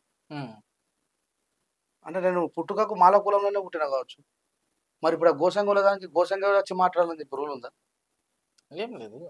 ఇయ్యాలి ఎందుకంటారు? మరి నాకు ఆ ప్లాట్ఫామ్ మీద రాజ్యాంగ వ్యతిరేకంగా జరిగే కార్యక్రమానికి అవకాశం లభించింది కాబట్టి పోతున్నా. ఇప్పుడు నేను ఎంత మంచిగా ఉన్నా, అంటే ఇప్పుడు సాకలోళ్ళకి ఏదైనా అన్యాయం జరిగినా పోయి పోరాటం చేసినప్పుడేమో శభాష్ అన్నారు. రాజ్యాంగ వ్యతిరేకంగా జరుగుతున్న దానికి ఇప్పుడు నువ్వు మాలల్ని మనువాదులు అంటున్నావు. మాలలు మనువాదులు అయితే మరి కారంచేడు చుండూరులో జరిగిన పోరాటాన్ని నాయకత్వం వహించింది ఎవరు? కత్తి పద్మారావు ఎవరు? బుజ్జతారకం సార్ ఎవరు? పీడిత ప్రజల కోసం సామాజిక న్యాయం అని చెప్పి మాట్లాడుతున్న వాళ్ళు. కేజీ సత్యమూర్తి తుపాకీ పట్టుకొని పీడిత ప్రజల కోసం అడవికి పోయిండు. గదరన్న, గోరెట్టి వెంకన్న ఎందుకు ఇట్లా అపవాదాలు చేస్తున్నా నాకు అర్థం కాదు. ఇప్పుడు కృష్ణన్న నువ్వు చేసుకున్నావు, తప్పు చేసుకున్నావా, ఉప్పు వేసుకున్నావా, ఎవరిని ఒప్పించి చేసుకున్నావు, ఎవరిని నొప్పించి చేసుకున్నావు, సపడా కూకో. నువ్వు ఎందుకు మాలల్ని మళ్ళీ ఇప్పుడు తినకే ఇష్టం లేనట్టున్నది. మళ్ళీ మాలల్ని రోడ్ల మీద రప్పించి ఇంకా 4 రోజులు ఇంకా దీన్ని ప్రొలాంగ్ చేయాలనుకుంటున్నాయేమో. మాలలు శక్తివంతులు, వాళ్ళు ఏమన్నా చేస్తారు. ఎవరు ఏమన్నాడు? ఇష్టం లేదా వర్గీకరణ? ఏమో నాకైతే అట్లా అనిపిస్తున్నది. మరి ఇప్పుడు నువ్వు వేసుకున్నావు, సంబరాలు జరుపుకున్నావు, అయిపోయాయి. నేను ఎవరేమన్నారు? నువ్వు మళ్ళీ మీటింగ్లు పెట్టి మాలలు తిట్టుడు ఎందుకు? అంటే మాలలు వాళ్ళు ఏమైనా చేస్తారు? మల్లికార్జున ఖర్గే ఉన్నాడు, వాళ్ళ కాంగ్రెస్ గవర్నమెంట్లో అంతా వాళ్ళే ఉన్నారు, అంతా వీళ్ళే ఉన్నారు. అసలు ఈ దేశాన్ని, ఈ రాష్ట్రాన్ని పరిపాలిస్తుంది రేవంత్ రెడ్డా లేకపోతే మాలలా? ఏడా అట్లా ఏం లేదు. మాల సామాజిక వర్గాన్ని, అన్ని బహుజన సామాజిక వర్గాల్లో ఉన్నటువంటి ప్రజలను చైతన్యం చేసే బాధ్యత తీసుకున్నా నేను. మాల సామాజిక వర్గాన్ని కూడా చైతన్యం చేసే బాధ్యత తీసుకున్నా. ఇవాళ మీరు కొత్తగా మాట్లాడితే మరి అప్పుడు కారంచేడులో చుండూరులో జరిగినప్పుడు అన్న మాదిగోలు పోరాటం చేసుకుంటాం, మాలలో పోరాటం చేసుకుని చెప్పి చెప్పలేరే? ఆ రోజు ఉన్నటువంటి మీ ఆలోచన ఈ రోజు ఎందుకు అనాలోచన అవుతున్నది? ఇప్పుడు ఒక ఆయన అంటుండు 70 సంవత్సరాల నుంచి దొబ్బి తింటున్నారు. వాస్తవమే కదా. గౌరవ్ ఆర్ఎస్ ప్రవీణ్ కుమార్ గారు వాళ్ళ ఇంట్లో 6 రిజర్వేషన్ అనుభవించారు. ఇప్పుడు ప్రవీణ్ కుమార్ సార్ని దొబ్బి తింటారు అనొచ్చున? ఆయన కష్టపడి ఒక లారీ క్లీనర్ కావాల్సినోడు, ఒక IPSI, ఒక గురుకుల దానికి ఒక అధికారిగా ఉండి ఎంతో మంది పిల్లల్ని విద్యా వైపు మలిచినటువంటి వ్యక్తి. ఇప్పుడు అట్లా అనొచ్చున ఆయనని?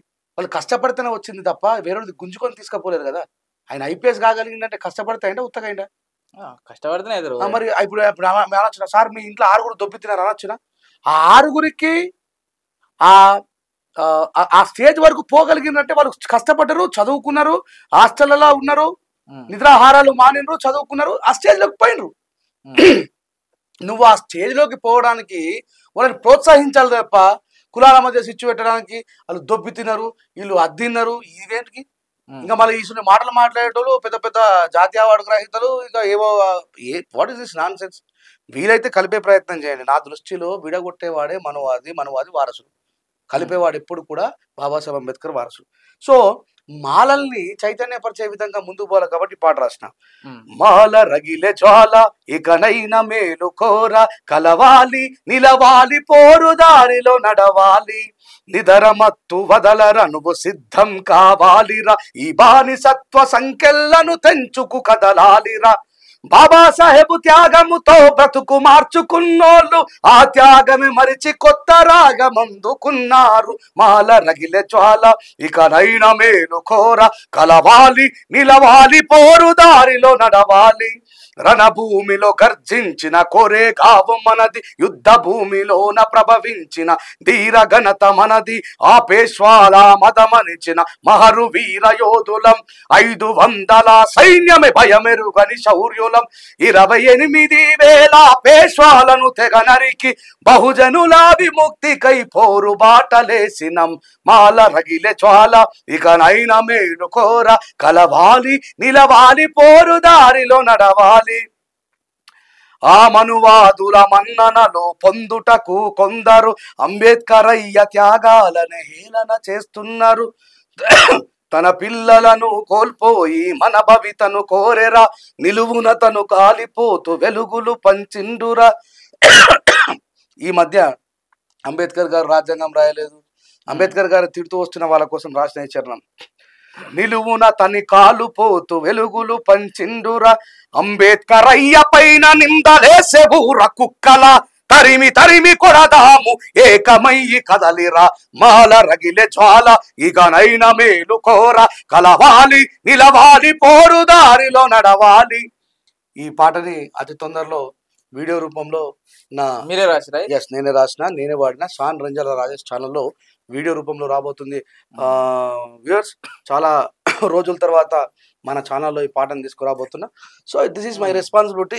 59 కులాలని జాగృతం చేసి అంబేద్కరిజం వైపు తీసుకుపోయేటువంటి క్రమంలో మాలలు కూడా నా వాళ్ళే, మాదిగలు నా వాళ్ళే, 59 కులాలు. అరే నా వాళ్ళే అంటున్నావు కదా. ఎర్ర ఉప్పాలన్న ఉన్నాడు, వాళ్ళు జంబూదీప చక్రవర్తి అని అంటారు.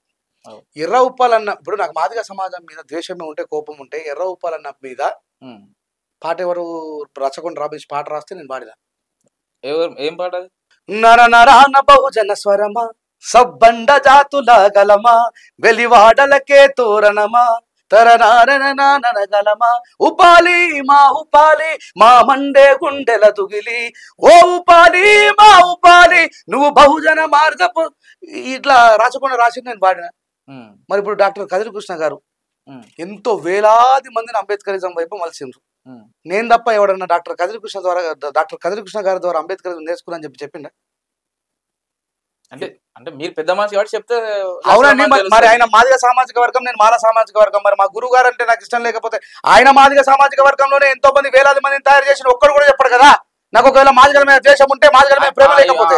ఇప్పుడు వస్తున్నా చాలా మంది ఏమంటారు అంటే డాక్టర్ కదిరికృష్ణ గారి అనుచరులు కానీ ఆయన అభిమానించేటోళ్ళు, ఆయన కులం పోవాలని తయారు చేసిన రెంజల రాజేష్ వల్ల కులాన్ని పట్టుకొని ఎలాడుతుంది అనేది అక్కడ నుంచి. ఎందుకంటే ఆయన నుంచే నేను వచ్చిన తయారైన చెప్పినావు కానీ ఆయన అంబేద్కరిజం దిక్కుపోమంటే ఈయన కులం దిక్కుపోతున్నా అనేది ఇప్పుడు నీ మీద వస్తున్న చర్చ. అవునండి. ఇప్పుడు నేను మిగతా వాళ్ళకి సమస్య వచ్చినప్పుడు పోరాడినా, ఇప్పుడు వాళ్ళు రాజ్యాంగానికి వ్యతిరేకంగా జరుగుతున్న చర్య కోసం నిలబడ్డరు.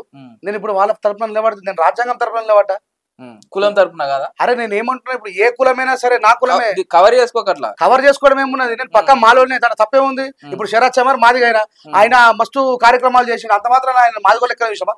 చూసే విధానాన్ని వాళ్ళు మార్చుకోవాలా, మరి వాళ్ళు రావాలి కదా. వాళ్ళు అన్నారు కదా రాజ్యాంగ వ్యతిరేకంగా జరుగుతుంది. నీ వర్షన్ ఇట్లా తీసుకున్నాగా, నెక్స్ట్ డిబేట్ కు ఎవరైనా అక్కడ నుంచి కూడా ఒక మేధావిని తీసుకొస్తాం. అసలు ఎందుకు మీరు ఎందుకు వద్దంటారు, ఎందుకు కావాలంటారు రాజ్యాంగ బద్ద మీద. అప్పుడు కూడా రెండు వర్షన్స్. మేధావితో నాకు అవసరం లేదు, నేను స్పష్టంగా చెప్తున్నా. ఇంకొకరిని పిలిచి మాట్లాడి వాడిని క్వశ్చన్ అడగాల్సిన అవసరం క్లియర్ గా చెప్తున్నా కదా. నేను భారత రాజ్యాంగం ప్రకారము ఏబిసిడి వర్గీకరణ జరగడం లేదు, అందుకే వ్యతిరేకిస్తున్నారు. రాజ్యాంగబద్ధంగా జరిగితే ఎవరు వ్యతిరేకించరు. ఒకవేళ ఈ రోజు మేము సంస్కారవంతులము, మేము శీలవంతులము, ఈ భారతదేశం యొక్క బహుజన కులాల అభివృద్ధి కోరుకునే వాళ్ళమని మాట్లాడుతున్న కుహన మేధావులకు చెప్తున్నా, ఈ రోజు రెంజర్ల రాజేష్ మాలా ప్లాట్ఫామ్ ఎక్కి భారత రాజ్యాంగ వ్యతిరేకంగా జరుగుతున్న ఏబిసిడి వర్గీకరణకి మద్దతుగా పోరాటం చేస్తే తప్పైతే, మరి ఆ రోజు నల్ల చట్టాలు వచ్చినప్పుడు రైతుల వైపు పోరాడిన వాళ్ళందరూ కూడా తప్పే. ఎన్ఆర్సి సిఏఏ పేరు మీద ఈ దేశంలో ఉన్నటువంటి మూలవాసులు, దేశంలో ఉన్నటువంటి మనుషుల్ని వేరే దేశానికి పారగొట్టే ప్రయత్నం చేసినటువంటి దానికోసం పోరాడిన వాళ్ళు కూడా తప్పే. అదంతా కూడా రాజ్యాంగానికి వ్యతిరేకంగా జరిగిన చర్య. మళ్ళీ చెప్తున్నా, ఏబిసిడి వర్గీకరణ భారత రాజ్యాంగం ప్రకారం జరిగితే 100% నేను మద్దతు. సరే, మద్దతు ప్రకటిస్తాను. ఓకే, మనలో మన మాట. చాలా మంది ఏమంటారు అంటే బయట ఆడాడ చర్చ నడుస్తున్నది, ఈ వర్గీకరణ అయితే అయ్యింది కానీ ఈ మాలో ఏదో తీరుగా దీన్ని తిమ్మిని బమ్మి చేసి మళ్ళా అప్పుడు ఎట్లా అయితే నువ్వు చెప్పినావు కదా 2004 ఆ వర్గీకరణ అయ్యింది, తర్వాత మళ్ళీ అది కొట్టేసారు. ఇప్పుడు వర్గీకరణ అవుతుంది అంటావు? నిజం చెప్పు. నేను ఏమంటున్నా అంటే ఈ ఆన్సర్ ఆన్సర్ చెప్తున్నా. ఇది ఈ అసెంబ్లీలో జరిగేదా కాదు, పార్లమెంట్ లోనే కదా. మరి అందరికంటే ముందు ద లార్జెస్ట్ స్టేట్ ఏది భారతదేశంలో అతిపెద్ద రాష్ట్రము? ఉత్తరప్రదేశ్ లో మాయావతి అక్కనే కదా అత్యంత మాదిగలు, అత్యంత ఎక్కువ మాదిగలు కలిగినటువంటి రాష్ట్రమే ఉత్తరప్రదేశ్.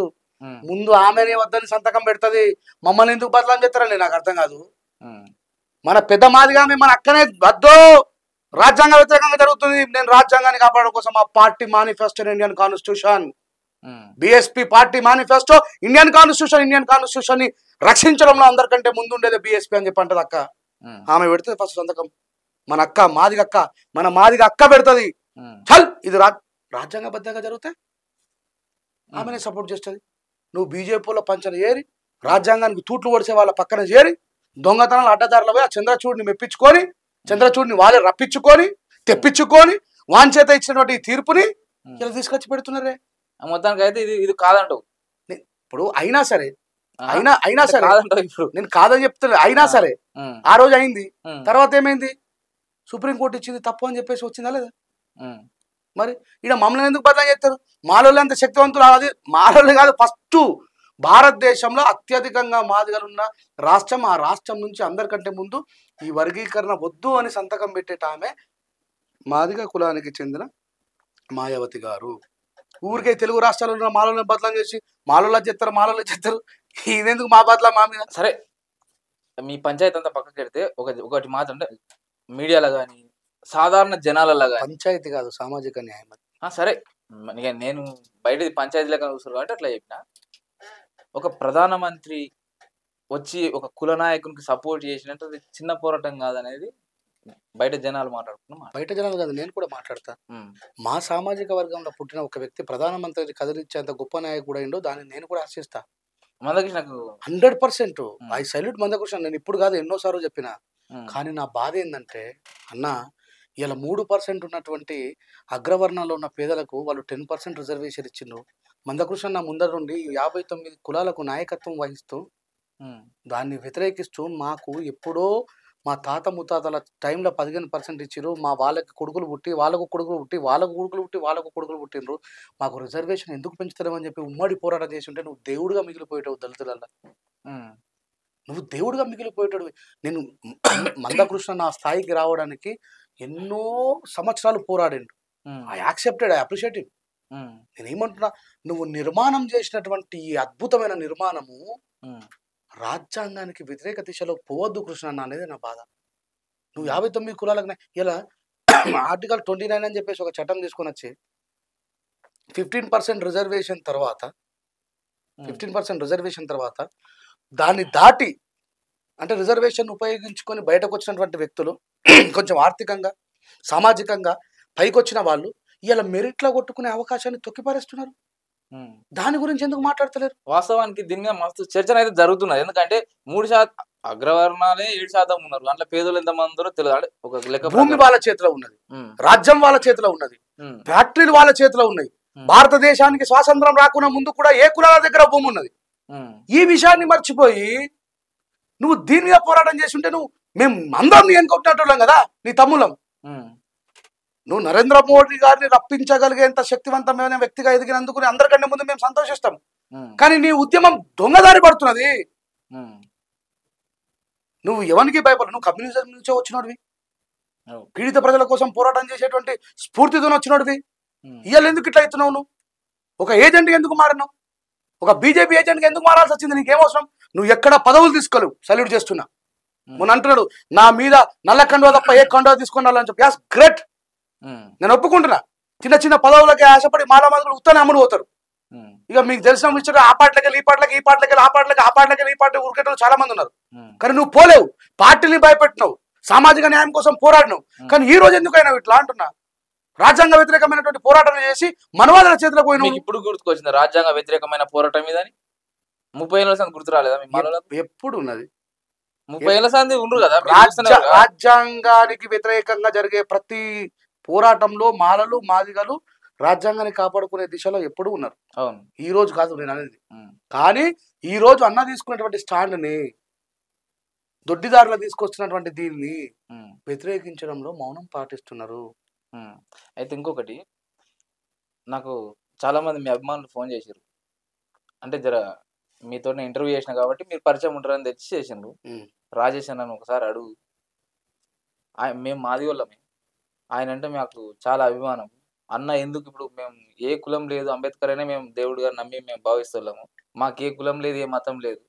అన్ననే ఒక ఆదర్శం తీసుకున్నాం. ఇప్పుడు అన్ననే ఒక కులం మాట చెప్పుకుంటా మాదిగలను తిట్టడమో లేకపోతే నా కులమే గొప్ప అని చెప్పడమో ఇది చూస్తుంటే మాకు బాధ అనిపిస్తుంది. అన్న ఏంది అనేది మిమ్మల్ని అడగమని నాకు ఫోన్ చేసి అడిగారు. పేరు చెప్పమంటే చెప్తా గానీ నేను వద్దంటే వద్దు. నేను మీటింగ్లో హ్మ్.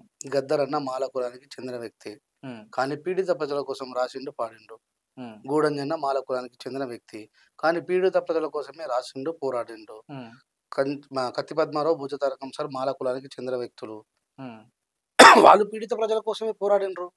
హ్మ్. నేను వాళ్ళ మార్గంలో కదిరి కృష్ణన్న చూపించినటువంటి బాబాసాహెబ్ అంబేద్కర్ బాటలో నడిచిన. హ్మ్. నేను నా ఎంబడ తిరిగి నాతో తిన్న వాళ్ళకి తెలియదా నేను ఎంతమంది మాదిగల కోసం పోరాడి నేను జైలుకు పోయినా, ఎంతమంది హ్మ్. మాదిగల కోసం పోరాడి నేను ఇలా కోట్ల చుట్టూ తిరుగుతున్నాను. హ్మ్. ఈ విషయం వాళ్ళకి తెలియదు. మీరు నోరు తెలవకపోతే ఇప్పుడు నాకు అక్కడ మాలల దగ్గరనే ప్లాట్ఫామ్ దొరికింది. హ్మ్. నేను అక్కడ చెప్పిన మీరు మాలలు మనువాదులు అని చెప్పి అంటున్నారు, ఎందుకు వాళ్ళని అట్లా వ్యతిరేకించడం? హ్మ్. మాలలు మనువాదులు అయితే మరి వీళ్ళంతా ఎవరు? గోరెడ్డి వెంకన్న ఎవరు? గద్దరన్న ఎవరు? జయరాజన్ ఎవరు? వీళ్ళంతా ఎవరి కోసం పోరాడినారు? హ్మ్. నక్సలిజంలో పనిచేసి వాళ్ళ రాత, వాళ్ళ రచన, వాళ్ళ పాట అంతా కూడా పీడిత ప్రజల కోసం ఉపయోగపడ్డది కదా. హ్మ్. గద్దరన్న రాసింది కదా, బాంచెను బాంచేనంటూ గులాపో నీ దొర అంటూ ఎన్నాళ్ళు బతుకుతవురా మాలన్నా నువ్వు ఎదురు తిరగవేందిరో మాదిగన్నా. నీ హ్మ్. చెల్లె నీ అక్క చెల్లెళ్ళను అసేతు సై అని అంటే చిన్నబోయి కూసున్నవా మాలన్నా నువ్వు సింహమోలేవరో మాదిగన్నా. హ్మ్.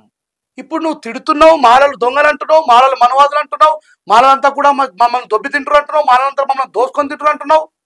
మరి ఇప్పుడు నేను ఆ కులానికి నాయకత్వం వహిస్తే తప్పేది అంటున్నా. అంటే నువ్వు నీ పోరాటం మాదిగల మీనా ఇప్పుడు? మనువాది మీద, హ్మ్. మనువాదులకు సహకరించే వాడి మీద, రాజ్యాంగాన్ని చించేవాడి మీద, రాజ్యాంగాన్ని తూట్లు పొడుస్తున్న వాడి మీద, రాజ్యాంగాన్ని కాపాడే దిశగానే నేను ఉంటా. రాజ్యాంగాన్ని కాపాడే వాళ్ళు ఎవరైనా సరే, పంజాబ్లో పోరాటం జరిగితే వాళ్ళకు నేను మద్దతుగా ఉన్నా, హ్మ్. ముస్లింలకు ఎన్ఆర్సీ పేరు మీద ఉంటే నేను మాలకు మద్దతుగా ఉన్నా. ఇలా మాలలు భారత రాజ్యాంగాన్ని కాపాడే దిశలో ఉన్నారు కాబట్టి నేను ఆ ప్లాట్ఫామ్ ఎక్కిన. 17 సంవత్సరాలు ఎప్పుడు ఎక్కలేదు. హ్మ్. రాని నా మాదిగ సామాజిక వర్గంలో ఉన్నటువంటి మానవతావాదులు భారత రాజ్యాంగంకి రక్షణగా నిలిచి రేపు పొద్దుగల మన విశారదన్ మహారాజ్ గారు మీటింగ్ పెట్టమని, రాజ్యాంగం వ్యతిరేకంగా జరుగుతున్న ఈ వర్గీకరణ నేను వ్యతిరేకిస్తున్నా, పోతావా? 100% పోతా, హ్మ్. 100% పోతా. హ్మ్. సభా టీవీ మీ టీవీ ఛానల్ ముఖంగా చెప్తున్నా. హ్మ్. రేపు గాలి వినోద్ కుమార్ అని పెట్టమని, హ్మ్. ఈ వర్గీకరణ భారత రాజ్యాంగం ప్రకారం జరగట్లేదు, ఇది బీజేపీలు తీసుకొచ్చిన వర్గీకరణ, ఇది మా జాతులు విచ్ఛిన్నం చేస్తుంది, మాకు అవసరం లేదని చెప్పి పెట్టమని. హ్మ్. నేను పోకపోతారు మరి విచ్ఛిన్నం చేస్తుంటే కలవాలంటే ఏం చేయమంటావు? ఓళ్ళు కలవాలంటే హ్మ్. ఏం చదవాలి? ఎవరు చదవాలి? బాబాసాహెబ్ని చదవాలి, ఎవరు చదవాలి? బాబాసాహెబ్ని చదవాలి. మనం ఆ సామాజిక రుగ్మతల నుంచి, ఆర్థిక రుగ్మతల నుంచి బయటపడాలి. అది చెప్పరు ఎవరు. హ్మ్. డప్పు కొట్టుకుంటానే బతుకు, చెప్పులు కొట్టుకుంటానే బతుకు, ఆనే బతుకు అంటే ఎట్లా? మాదిగలు అంటే సామాజిక కులవృత్తి చేస్తే తప్పేంది? చాలా మంది చేస్తారు. ఎవరి దాళ్ళు చేస్తారు కదా! దాంతో ఇంత ఇన్‌కమ్ సోర్సే కదా అది. ఏ ఏ డప్పు కొట్టి నా మాదిగ జాతిలో ఒక ఆయన ₹1,00,000 సంపాదించడం చూపెట్టు. హ్మ్. మనకేం అవసరం అది? ఎవడు సంఖ్యలు లేచింది మనకు అవసరం లేదు. వదిలేయి, చదువుకో కలెక్టర్గా, హ్మ్. టెక్నీషియన్గా. ప్రవీణ్ కుమార్ సార్ కూడా అదే చెప్తాడు కదా! అదే చెప్తున్నానండి. మరి అందుకే ప్రవీణ్ కుమార్ సార్ పక్షాన నిలబడ్డాం కదా మేము. హ్మ్. ప్రవీణ్ కుమార్ సార్ పక్షాన మాలలు నిలవలేరా? ఆయన సామాజిక న్యాయం బీఎస్పీ అని చెప్పి పోరాడినాడు, హ్మ్. నిలవలేరా? ఏమో నాకు తెలవదు. నిలబడరు. మీరు నిలబడండి. వాళ్ళకు తెలుసు, నాకు తెలుసు, నేనే కదా. నేను లేనా సార్ పక్షాన? ఉన్నావా? ఎందుకు లేను? హ్మ్. ఉండే పాటలు పాడితే కదా. హ్మ్. మరి ఇప్పుడు చూసే దృష్టికోణం అందుకే స్పష్టంగా వినాలే. రాజేష్ అన్న ఏబిసిడి వర్గీకరణ వ్యతిరేకించట్లేదు, హ్మ్. మనువాదం ద్వారా తెచ్చుకోబోతున్న ఏబిసిడి వర్గీకరణ వ్యతిరేకిస్తున్నాడు. రాజ్యాంగబద్ధమైన ఏబిసిడి వర్గీకరణ పోరాటానికి నేను కూడా వాళ్ళతో పాటు నిలబడతా. హ్మ్. రాజ్యాంగబద్ధంగా జరగాలి. Article 341 what is the fundamental, ఏం చెప్తుంది అది? హ్మ్. స్టేట్ చట్టం చేయాలా, చేసిన తర్వాత ఉభయ సభలలో పాస్ కావాలా, రాష్ట్రపతి ఆమోదం పొందిన తర్వాత పార్లమెంట్లో బిల్లు కాబట్టి చేసుకో. ఎవరైతే మాదిగా సామాజిక వర్గం ఎదగకుండా వాళ్ళని తొక్కేసే నేను మనువాదినా? వాళ్ళు నా అన్నదమ్ములు కాదా? అంటే మీకు ఎక్కువ జాబ్‌లు వస్తున్నాయనే ఉద్దేశం కదా! చదువుకుంటూ వచ్చారు. ఇంతకుముందే మీకు జాబ్‌ల ఇప్పుడు జాబ్‌ల పర్సెంటేజ్ గురించే కదా ఇదంతా పంచాయతీ. గురువు గారు ఇప్పుడే చెప్పినా, హ్మ్. నీకు టీచర్ జాబ్ రావాలంటే బీఈడి చదవాలా. హ్మ్. నా వాటా ప్రకారం నాకు 5వ తరగతికే ఇయ్యమంటే నీకు ఎవడు ఇవ్వడు. చదువు. మాలలు కుల వృత్తులను దాటి చదువు వైపు పరిగెట్టిరు కాబట్టి వాళ్ళకు వచ్చినాయి. దాని ఏం తర్వాత కుల వృత్తి చేసిర్రు ఇంతకుముందు? ఓళ్ళు మాలోళ్ళు. మనుషులు చచ్చిపోతే కాలబెట్టే వృత్తి మాలలది కాదా? హ్మ్. చెరువులలో నీళ్ళని సమానంగా పొలాలకు పెట్టే వృత్తి మాలలది కాదా? హ్మ్. ఊర్లలో కావలి కాళ్ళు మాలలు కాదా? హ్మ్. ఇప్పుడు ఊర్లలో ఎక్కడ ఏం జరిగినా సరే ఈ విషయాన్ని బయటకు చెప్పాలా, చేయాలనే వార్తాహరులు, సుంకరులు మాలలు కాదా? హ్మ్. ఏ మాలల కుల వృత్తి లేకపోవడం ఏంది? అంటే నాకు తెలవదు ఉందా అని. ఉన్నాయి. హ్మ్. బట్ కాకపోతే మెజారిటీ అంటే ఇప్పుడు ఊర్లలో ఎవరు ఉంటారు మా అంటే నువ్వు చెప్పిన దాంట్లో ఆ కాటికాపరి ఎవరన్నా ఉంటే వాళ్ళు బేగరోళ్ళు అందుకే ఒక మంచి ఎగ్జాంపుల్ చెప్తా. మాదిగలు వెనుకబడడానికి మాలలు ముందుకు పోవడానికి గల కారణం ఏంటంటే ఒక 40 కుటుంబాలు మాదిగ కుటుంబాలు ఉన్నాయి, ఒక 40 కుటుంబాలు మాల కుటుంబాలు ఉన్నాయి ఊర్లో. ఇది సహజంగా తెలంగాణలో జరిగేటువంటి చర్య. ఇది మన సమాజానికి తెలవాలి. 40 కుటుంబాలలో ఉన్నటువంటి మాదిగలు 40 మంది డప్పు కొట్టబోతారు, 40 మంది డప్పు కొట్టబోతారు. ఇక్కడ 40 మంది మాల ఫ్యామిలీలల్లా ఒక తలారైన, 2 నీరటోళ్ళు లేదా 3 నీరటోళ్ళు, 4 సుంకరోళ్ళు, కావలికాలు, ఓ 10 మంది పక్కకు పోతే 30 మంది మిగతా వేరే వేరే పనులు చేసుకుని బతుకుతారు. ఇక్కడ స్వీయ బానిసత్వంలో సంఖ్యలు వేసుకుంటుంది నా మాదిగ సహోదరులే. వాళ్ళని ఎట్లుంటది కొడతా ఊర్లలో నాకు తెలుసు. మా ఊర్లో అయినా ఏ ఊర్లో అయినా సరే 40 మందిలో ఎవరైనా పుష్కర డప్పు కొట్ట రాకపోతే వానికి 500 రూపాయలు జుర్మానా అంటారు. మళ్ళీ 40 మంది ఏదైనా కార్యక్రమం జరుగుతుంది, ఊర్లో పండుగ జరుగుతుందో, ఎవరైనా చచ్చిపోయిందో ఏదైనా ఉంటది కదా, వాళ్ళ కమిటీలో ఏం నిర్ణయిస్తారంటే 40 మంది డప్పు కొట్టాలి. 40 మందిలో 40 మంది డప్పు కొట్టవలసిందే. ఎవడైనా వేరే పని చేసుకుంటా అంటే ఒప్పుకోరు, లేకపోతే మనకి 500 రూపాయలు జుర్మానా రాస్తారు. 4 కొడితే సరిపోతుందిగా. 10,000 రూపాయలు పంచుకుంటే మంచికి 2,500 రూపాయలు వస్తాయి. మిగతా వాళ్ళు వేరే పని చేసుకోవచ్చు కదా. అట్లా కాదు, మన 4 దప్పే కొట్టాలి. అంటే కొన్ని తానా అట్లా ఏం లేదు, నువ్వు అన్నట్టే జరుగుతుంది. అంటే రానున్న రోజులలో జరుగుండొచ్చు కానీ పూర్వం మొత్తం కూడా అట్లానే ఉన్నారు. అంతెందుకు, ఇప్పుడు మన నిజామాబాద్ జిల్లా మా ఆర్మల్ పరిసర ప్రాంతాల్లో కూడా మంచిగా తమ్ముళ్ళు బూట్లు వేసుకొని చేసేటన్న పోయే టైంలో వాళ్ళు చచ్చిపోయినట్టు పుష్కరా, వాడు అదే బూట్లు అదే మంచి టిక్ టాక్ పోయి డప్ప ఒక గంట సేపట్ల ఆ చెవును తీసుకుపోయి వాడేసి రావాల శ్మశానం కన్నా చెప్పి ఒక గంట సేపు డప్పు కొట్టినటువంటి చర్యలు నేనే చూసిన. ఇది స్వీయ బానిసత్వం కదా. అది పోవాలంటే ఏం చేయాలి? తీసి ఇసిరి కుట్టాల. ఇప్పుడు దప్పుని సృష్టించింది, దప్పుని కొట్టింది ఈ దేశంలో మాదిగలు అయితే మ్యూజిక్ థియేటర్లలో ఎవరు వాయిస్తున్నారండి? ఏ మాదిగలు వాయిస్తున్నారు? చెప్పులు తయారు చేసి అదే చెప్తున్నా, చెప్పులు తయారు చేసింది మాదిగలే. కానీ పారాగన్ వేలాది కోట్ల రూపాయలు సంపాదిస్తుంది అగ్రకుల పొడే. బాటా ఫ్యాక్టరీలో వేలాది కోట్లు సంపాదిస్తుంది అగ్రకుల పొడే. అది ఏ మాదిగ దగ్గర లేదు. దప్పులు తయారు చేసింది మాదిగలు, దప్పులు కొట్టింది మాదిగలు. దప్పు విద్య వాళ్ళ దగ్గర నుంచి నేర్చుకొని పోయి స్టూడియోలలో ఉండి మంచిగా టిక్ టాక్ అని చెప్పేసి రోజు 10,000 రూపాయలు డప్పు వాయిస్తూ సంపాదిస్తా ఉన్నాడు. అంటే వాస్తవానికి సరే నువ్వు ఇదొక కారణం కావచ్చు, కానీ చాలా మంది ఆల్రెడీ మాలలు జర మంచిగా చదువుకురు, వాళ్ళకి జాబులు వచ్చినాయి, వాళ్ళు కొంత వదులుకుంటే వీళ్ళు కూడా వాటా సమానం అవుతుంది కదా. సమానత్వం అంటే గదే కదా. నేను ఏమంటున్నా, నీ ప్రేమంటావు చదువుడు బంద్ చేయమంటావు? మాలలో చదువుడు బంద్ చేయమని కాదు, వీళ్ళకి పర్సెంటేజ్ పెంచురు అంటున్నా. వాళ్ళ జనాభా ఎక్కువ నమ్మేమో మాకు తక్కువ వస్తుంది. మాలల జనగణన ఎవరు చేసిండు? ఏ ప్రభుత్వం చేసింది? అసలు జనాభా లెక్కలు ఇప్పుడు కులగణన జరగలేదు. కులగణన జరగకుండా మాలల జనగణన జరగకుండా మాలలు ఇంతే ఉన్నారని చెప్పి ఎట్లా డిసైడ్ చేస్తారు? నేను ఏమంటున్నా, మాలల కంటే మాదిగలు ఎక్కువ ఉంటే రిజర్వేషన్ ఎట్లా పోవాలో అట్లా పోతుంది. మాదిగలకి ఇంతే ఉన్నారు, మాలలకి ఇంతే ఉన్నారు అని చెప్పి వీళ్ళు ఎట్లా చెప్తారు? వీళ్ళ ప్రభుత్వం ఉన్నది, చిత్తశుద్ధితో చేయాలి, జనగణన చేయాలి. మాలలు ఎందరు ఉన్నారు, మాల ఉపకులాలు ఉన్నాయి, మాదిగలు ఎందరు, మాదిగ ఉపకులాలు, ఎవరు వాట వాళ్ళకి ఏమంటున్నాం? తప్పంటే మాదిగలు ఎక్కువ మాదిగలకి ఎక్కింది ఎవరు కాదంటారు?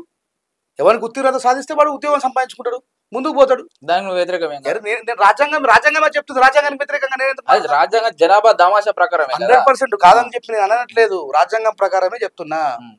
రాజ్యాంగం అట్లా ఎప్పుడు చెప్పలేదు. నేను ఎప్పుడు రాజ్యాంగానికి వ్యతిరేకంగా జరుగుతున్న చర్య కాబట్టే నేను మైక్ పట్టుకొని మాట్లాడాల్సి వచ్చింది.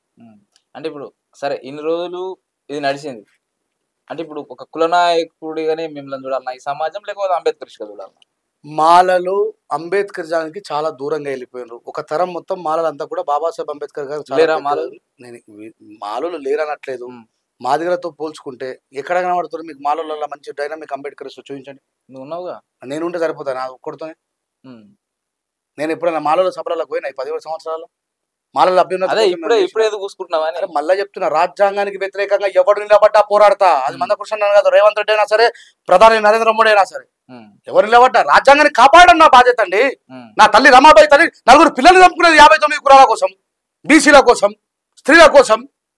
మరి అలాంటి రాజ్యాంగం ఎంతో కష్టపడి నిర్మాణం చేసిన బాబాసాహెబ్ అంబేద్కర్ రాజ్యాంగం నా కళ్ళ ముంగట నాశనం అవుతుంటే బాబాసాహెబ్ చెప్పి నన్ను రక్షించుకోండి బిడ్డ మీరని నా రెస్పాన్సిబిలిటీ నేను నెరవేరుస్తున్నా. అంటే నేనేమంటే ఇప్పుడు మీరు కులనాయకుడా లేకపోతే అంబేద్కర్ ఇష్టా, అదొకటి చెప్పండి, ఒక క్లారిటీ. నేనేమంటున్నా, 59 కులాలకు నాయకత్వం వహించాల్సిన బాధ్యత నాపై ఉన్నది. 59 మాలలు నన్ను పిలిస్తే పోయి మాట్లాడతా, మాదిగలు పిలిస్తే మాట్లాడతా, సింధులు పిలిస్తే పోయి మాట్లాడతా, దక్కలు పిలిస్తే మాట్లాడతా, పిలువను. అది రాజ్యాంగానికి వ్యతిరేకంగా అయితే పోనేమో నేను, అది మాలలైనా మాదుకోలేనా. నేను కులం ఇంతసేపు ఎంత సామాజిక న్యాయంగా పోయినా రంజాల్ రాయేష్ మాలోడు, ఆయనకు కుల పిచ్చి ఉంటుందని మాట్లాడినటువంటి గాడిద కొడుకులు లేరా? ఆ కులంలో ఉండడం నా తప్ప? ఎవరు ఏ కులంలో మరి మరి ఈయన మాలోళ్ళ సభలో పోయి మాట్లాడినంత మాలోడు అయిపోయిండు అంటే మరి అంతకుముందు నన్ను ఎంత గొప్పగా విషయం కింద కామెంట్ పెడుతురు కదా, చాలా మంది మాట్లాడుతారు కదా. నేను ఈ రోజు ఏం మాట్లాడిన స్టేజ్ మీద అనేటువంటి విషయం కూడా మీరు అడిగిన ఆ తమ్ములకు తెలుసు. అందుకే నేను క్లారిటీకి ఇచ్చిన, నేను రాజ్యాంగబద్ధమైన ఏబిసిడి వర్గీకరణకు వ్యతిరేకం కాదు.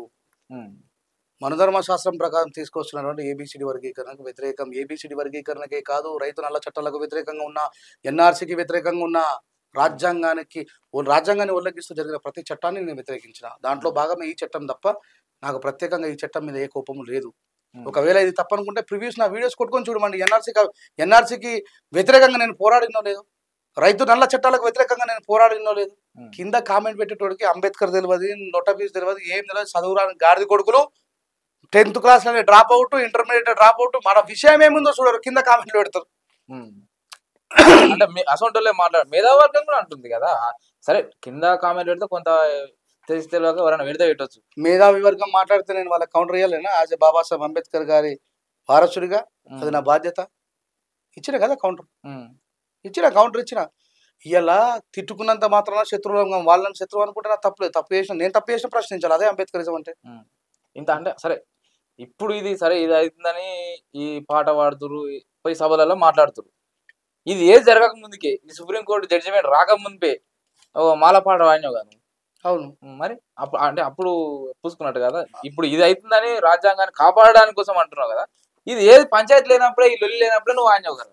అవునండి, మరి మాదిగోలో ఎర్ర ఉప్పాలన్నా, ఓ సంపన్న మాలలారా వెన్నుపోటు మానుకోండిరా, మా వాట ఉందే కాడా మీతోటి బుద్ధి మానుకోండిరా అని పాట రాసిండు. మరి నేను ఆయనను మనసులో పెట్టుకున్నానా? ఆయన చచ్చిపోయినప్పుడు నేను పాట పాడినా అంటే నాకు కులపిచ్చున్నానంట. అంటే ఆయన మాట్లాడింది, ఆయన రాసిన దాంట్లో ఆయన ఒక ఆవేదన కూడా ఉండొచ్చు కదా. ఎందుకంటే ఆడ జరుగుతున్న నేను ఇప్పుడు రాయాల, ఓ సంపన్న మాదిగారా మాదిగా జాతిని విస్మరించిండ్రురా, ఊర్లలోకి వెళ్ళి ఇడిసబెట్టి పట్నాల దొబ్బి తిని బతుకుతుండ్రురా అని రాయాల నేను? లేరా సంపన్న మాదిగలు లేరా? ఊర్లలో ఉన్నటువంటి మాదిగల్ని వదిలేసేసి పోయి బగ్గ కట్నం సంపాదించుకొని, కట్నం బాగా తీసుకొచ్చే పిల్లల్ని తీసుకొని పోయి సిటీలలో సెటిల్ అయ్యి ఆ జాతిని మర్చిపోయిన వాళ్ళు లేరా? Babasaheb Ambedkar pay back to society అంటే దాన్ని విస్మరించిన వాళ్ళు లేరా? ఇదే కాసిమన్న మాట్లాడి కదా మొన్న, మన దక్కలో అయినా మాదిగ పటేల అంటున్నాను. మరి నువ్వు ఏం చేసినావు ఆయన కోసం? చిన్నప్పటి నుంచి నేను మాదిగ పటేల అంటే, ఒరే మాదిగ పటేల కాదరా, నువ్వు నేను వేరు కదా, మనం అందరం ఒకటే కులము, ఈ మనవాళ్ళ వ్యవస్థలో మనం 59 కులాలుగా చీల్చివేయబడ్డ వాళ్ళము, నువ్వు చదువుకో, నేను ప్రొఫెసర్ అంటే నువ్వు కనీసం ఒక టీచర్ అవుతావని చెప్పేసి నువ్వు కాంట్రిబ్యూషన్ ఏంది వాళ్ళ మీద? ఇద్దరు లంగలే, మాలలు సంపన్న మాలలు లంగలే, సంపన్న మాదిగలు లంగలే. అదే అంటే అదే అంటున్నా, మరి మాలోళ్ళు లేరా అని. అంటే చాలా మంది మర్చిపోయారు కదా. నువ్వు చెప్పిన యాటిట్యూడ్ ఇదంతా పంచాయతీ మాదిగోళ్ళ ఇళ్ళలో జరుగుతుంది, మాలో అంటే నువ్వు ఒక్కరిని టార్గెట్ చేస్తున్నావు అనుకున్నా కానీ చెప్పినావు. ఎందుకు నేను ఎప్పుడు కరెక్ట్ గానే ఉంటా. ఇప్పుడు ఇంతమంది పాటలు పాడినా, ఒడ్రల మీద పాడినా, బండ తల్లి నీకు దండమే మాయమ్మ కడుపులోకి పువ్వవైతివే, మా తల్లి నువ్వు తరతరాల చరితవైతివే. అప్పుడబ్బా రాజేష్ అన్న ఎంత మంచిగా రాసిండ్రు అన్నారు. అంటే మాలోళ్ళు ఇక మనుషులు కాదా? వాళ్ళు రాజ్యాంగంలో లేరా? వాళ్ళు రాజ్యాంగబద్ధమైన వాళ్ళు కాదా? ఎవరు అన్నారు అట్లా? మరి ఆ పాట పాడితే ఎందుకు నొత్తుంది? ఇప్పుడు మాలోళ్ళ పాట పాడి అరే ఎందుకు పాడద్దండి? మరి ఒక మాదిగోళ్ళ పాట మంచిగా రాసుకొని తీసుకుందా, లేకపోతే ఏదైనా చెప్పు, నీకు అంత డౌట్ ఉండే మా రాజేష్ అన్నకు మాదిగోళ్ళ మీద ఇష్టం లేదో పాడతాడో పాడడానికి వేరే పాడేసుకో. అరే ఎందుకు పాడబోయ్? ఒక కళాకారుని నేను, గద్దరన్న పాడలేడా, గూడంజన రాయలేడా? నేను ఎందుకు అట్లా ఉంటా? ఒక అంబేద్కరిస్ట్ గా పిచ్చి ఎప్పుడు ఉండదు. ఆ పాట ఒకసారి పాడాది, ఏది మాలల పాట ఇద్దరు పాడిరు కదా. దాంట్లో కూడా ఆయన ఎవరు, ఉస్మానియా యూనివర్సిటీ డాక్టర్ ఏదో పేరు మంచాల లింగస్వామి రాసిండు. మాలలం మేం మాలలం మహామల్ల యోధులం, ఈ దేశమూల వాసులం నాగరికతనందులం, ఉద్యమాల బిడ్డలం అస్తమించని పొద్దులం, సకల జనుల హితము కోరి సంపదను సృష్టించినోళ్ళం. దాంట్లో ఒక చరణం రాస్తాను చూడు, నా స్మిత ప్రజ్ఞ ఎట్లా ఉన్నదో అర్థం చేసుకోవాలి. మేము నడవని అడవి లేదు, ఎత్తని బందూకు లేదు, చెయ్యని త్యాగాలు లేవు, చెమటగార్చని నేల లేదు. అంటరాని బతుకులల్లో పొద్దు పొడుపును చూడాలని, పోరుబాటకు పెద్ద బిడ్డై ముందు వరుసలో నడిచినోళ్ళం. అంటరాని బతుకులల్లో పొద్దు పొడుపును చూడాలని, మాల జాతి బతుకులల్లో పొద్దు పొడుపును చూడాలని రాసిందా?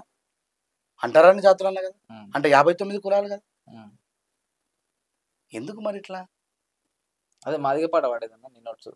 నేనేమంటున్నా, ఏదైనా మర్చిపో విందాం. నేను 2007లో ఏపూరు సోమన్న ఒక పాట పాడతాడు. మాదిగా మహావీరులారా, ఆది జాంబవుని వారసులారా, అలు పెరుగని ధీరులారా, అసువులు బాసిన మరులారా, మాదిగా జాతి మహాజన రాజ్యం కోసం కొడుకులో. ఈ పాట విని ఇన్స్పైర్ అయ్యే 2007లో సోమన్న నేను కలిసి నా నిర్మాణ సారథ్యంలో బహుజన గర్జన క్యాసెట్ తీసుకొచ్చింది. మరి ఇప్పుడు నేను సోమన్న సోపతి పట్టినా అంటే, సోమన్న నాకు మంచి మిత్రుడే, మిగతా వాళ్ళందరూ నాకు మంచి మిత్రులే.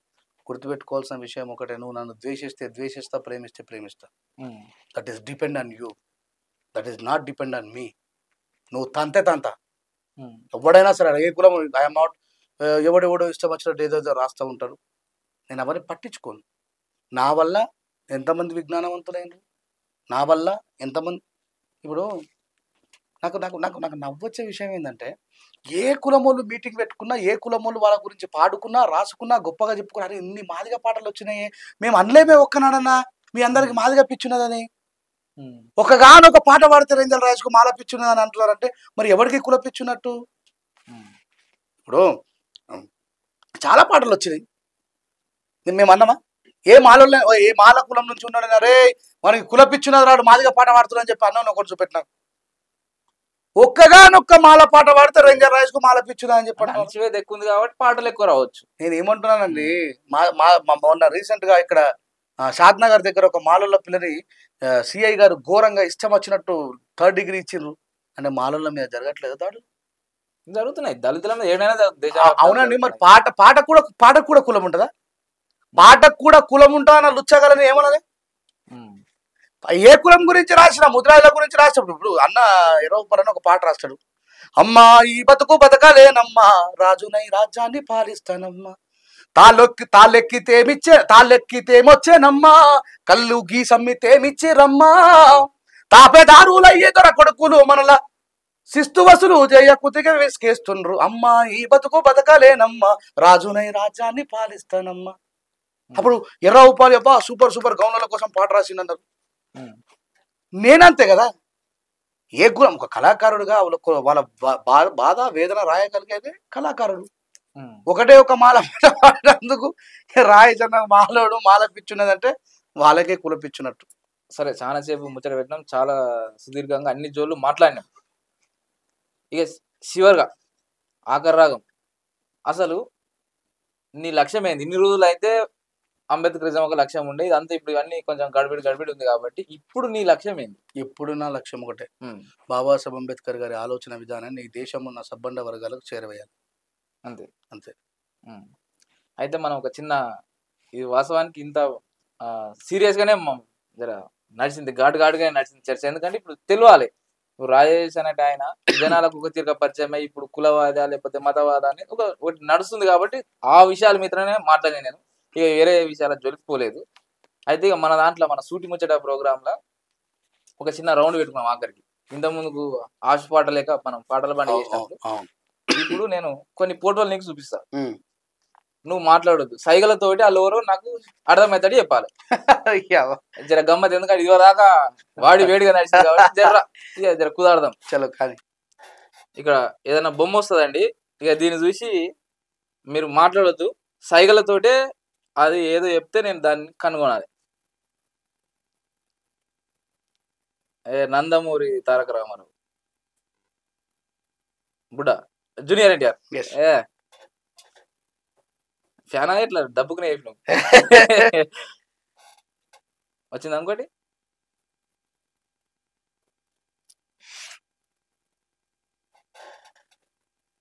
సరదా అయిందా?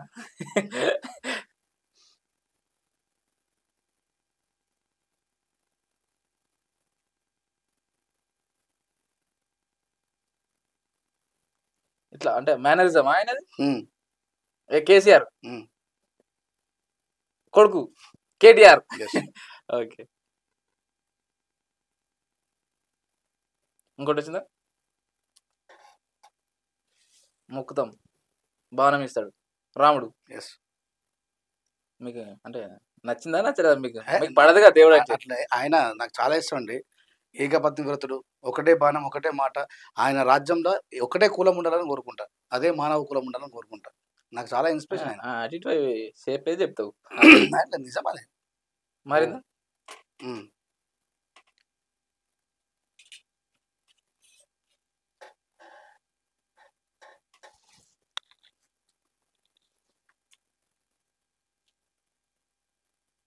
పొలిటీషియనా?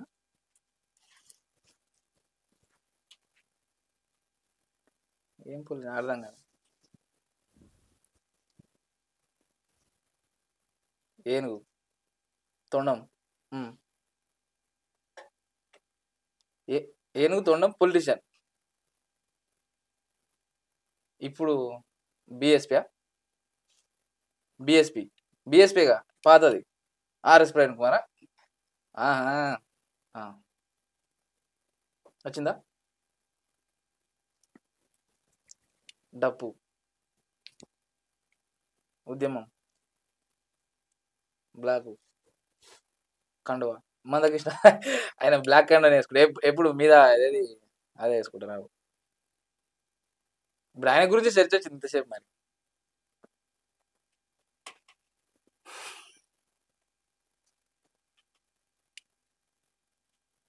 చెయ్యి హస్తం.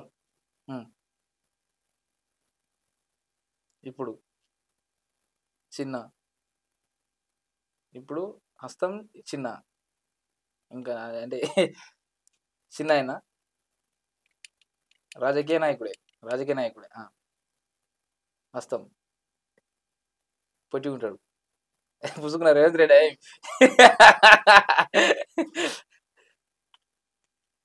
మరి మారిందా?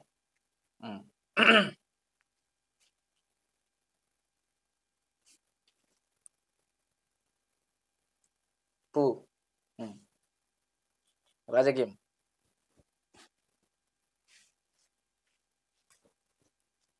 ఏం ఫోటోషూట్కి ఇచ్చినట్టే ఇస్తున్నావు స్టిల్. ఏం పువ్వు ఫోటోషూట్ మోడీ గమ్మతి చెప్తుండగా.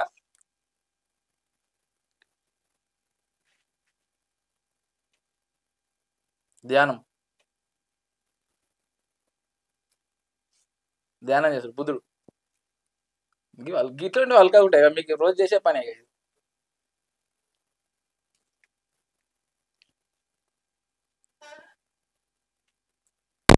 వీరుడు తలకాయల రావణాసురుడు. గిసడు అన్ని ఈజీగా వస్తున్నాయి నాకు.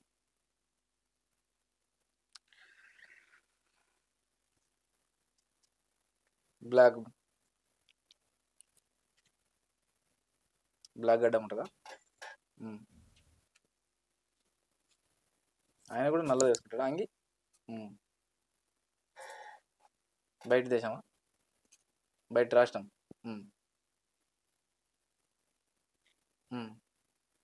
అద్దాలు పెట్టుకుంటాడు, గడ్డం ఉంటుంది, నల్లది, నలుపు. నలుపు అంటే నలుపు నల్ల మనిషా? నల్లల కోసం పోరాడాడు నెల్సన్ మండేలా. నల్లల కోసం పోరాడా లేకపోతే ఉద్యమకారుడు? నలుపు ఉద్యమకారుడు. బ్లాక్ గడ్డం ఉంటుంది, పక్క రాష్ట్రం. కేరళనా, కర్ణాటకనా, తమిళనాడు? నలుపు అంటే పెరియారా? ఓహో, మీదేగా ఇదంతా.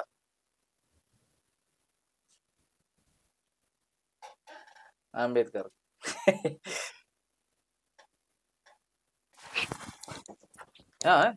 ఏమే పాట పాడతాడు, డాన్స్ చేస్తాడు. పాట పాడితే డాన్స్ చేస్తాడు. మస్తు మంది చేస్తారు కళాకారులు. కానీ సిద్ధర సోమన ఆయన కంటే పెద్ద ఆయన. ఇట్లా ఇట్లా చేసేది ఇట్లా అంటే మ్యాక్సిమం గోరెటెంకాయనే చేస్తాడు.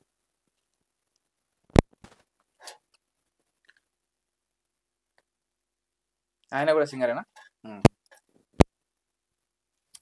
పెద్ద ఎంటికలు గడ్డం ఉంటుంది.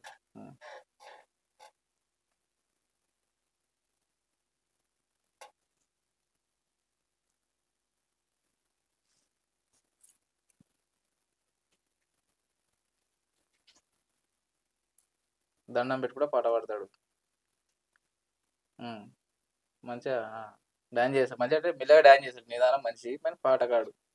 గడ్డం ఎంటికలు పెద్ద మనిషి బుడ్డ ఆయన Gaddar. Okay, right right. Okay,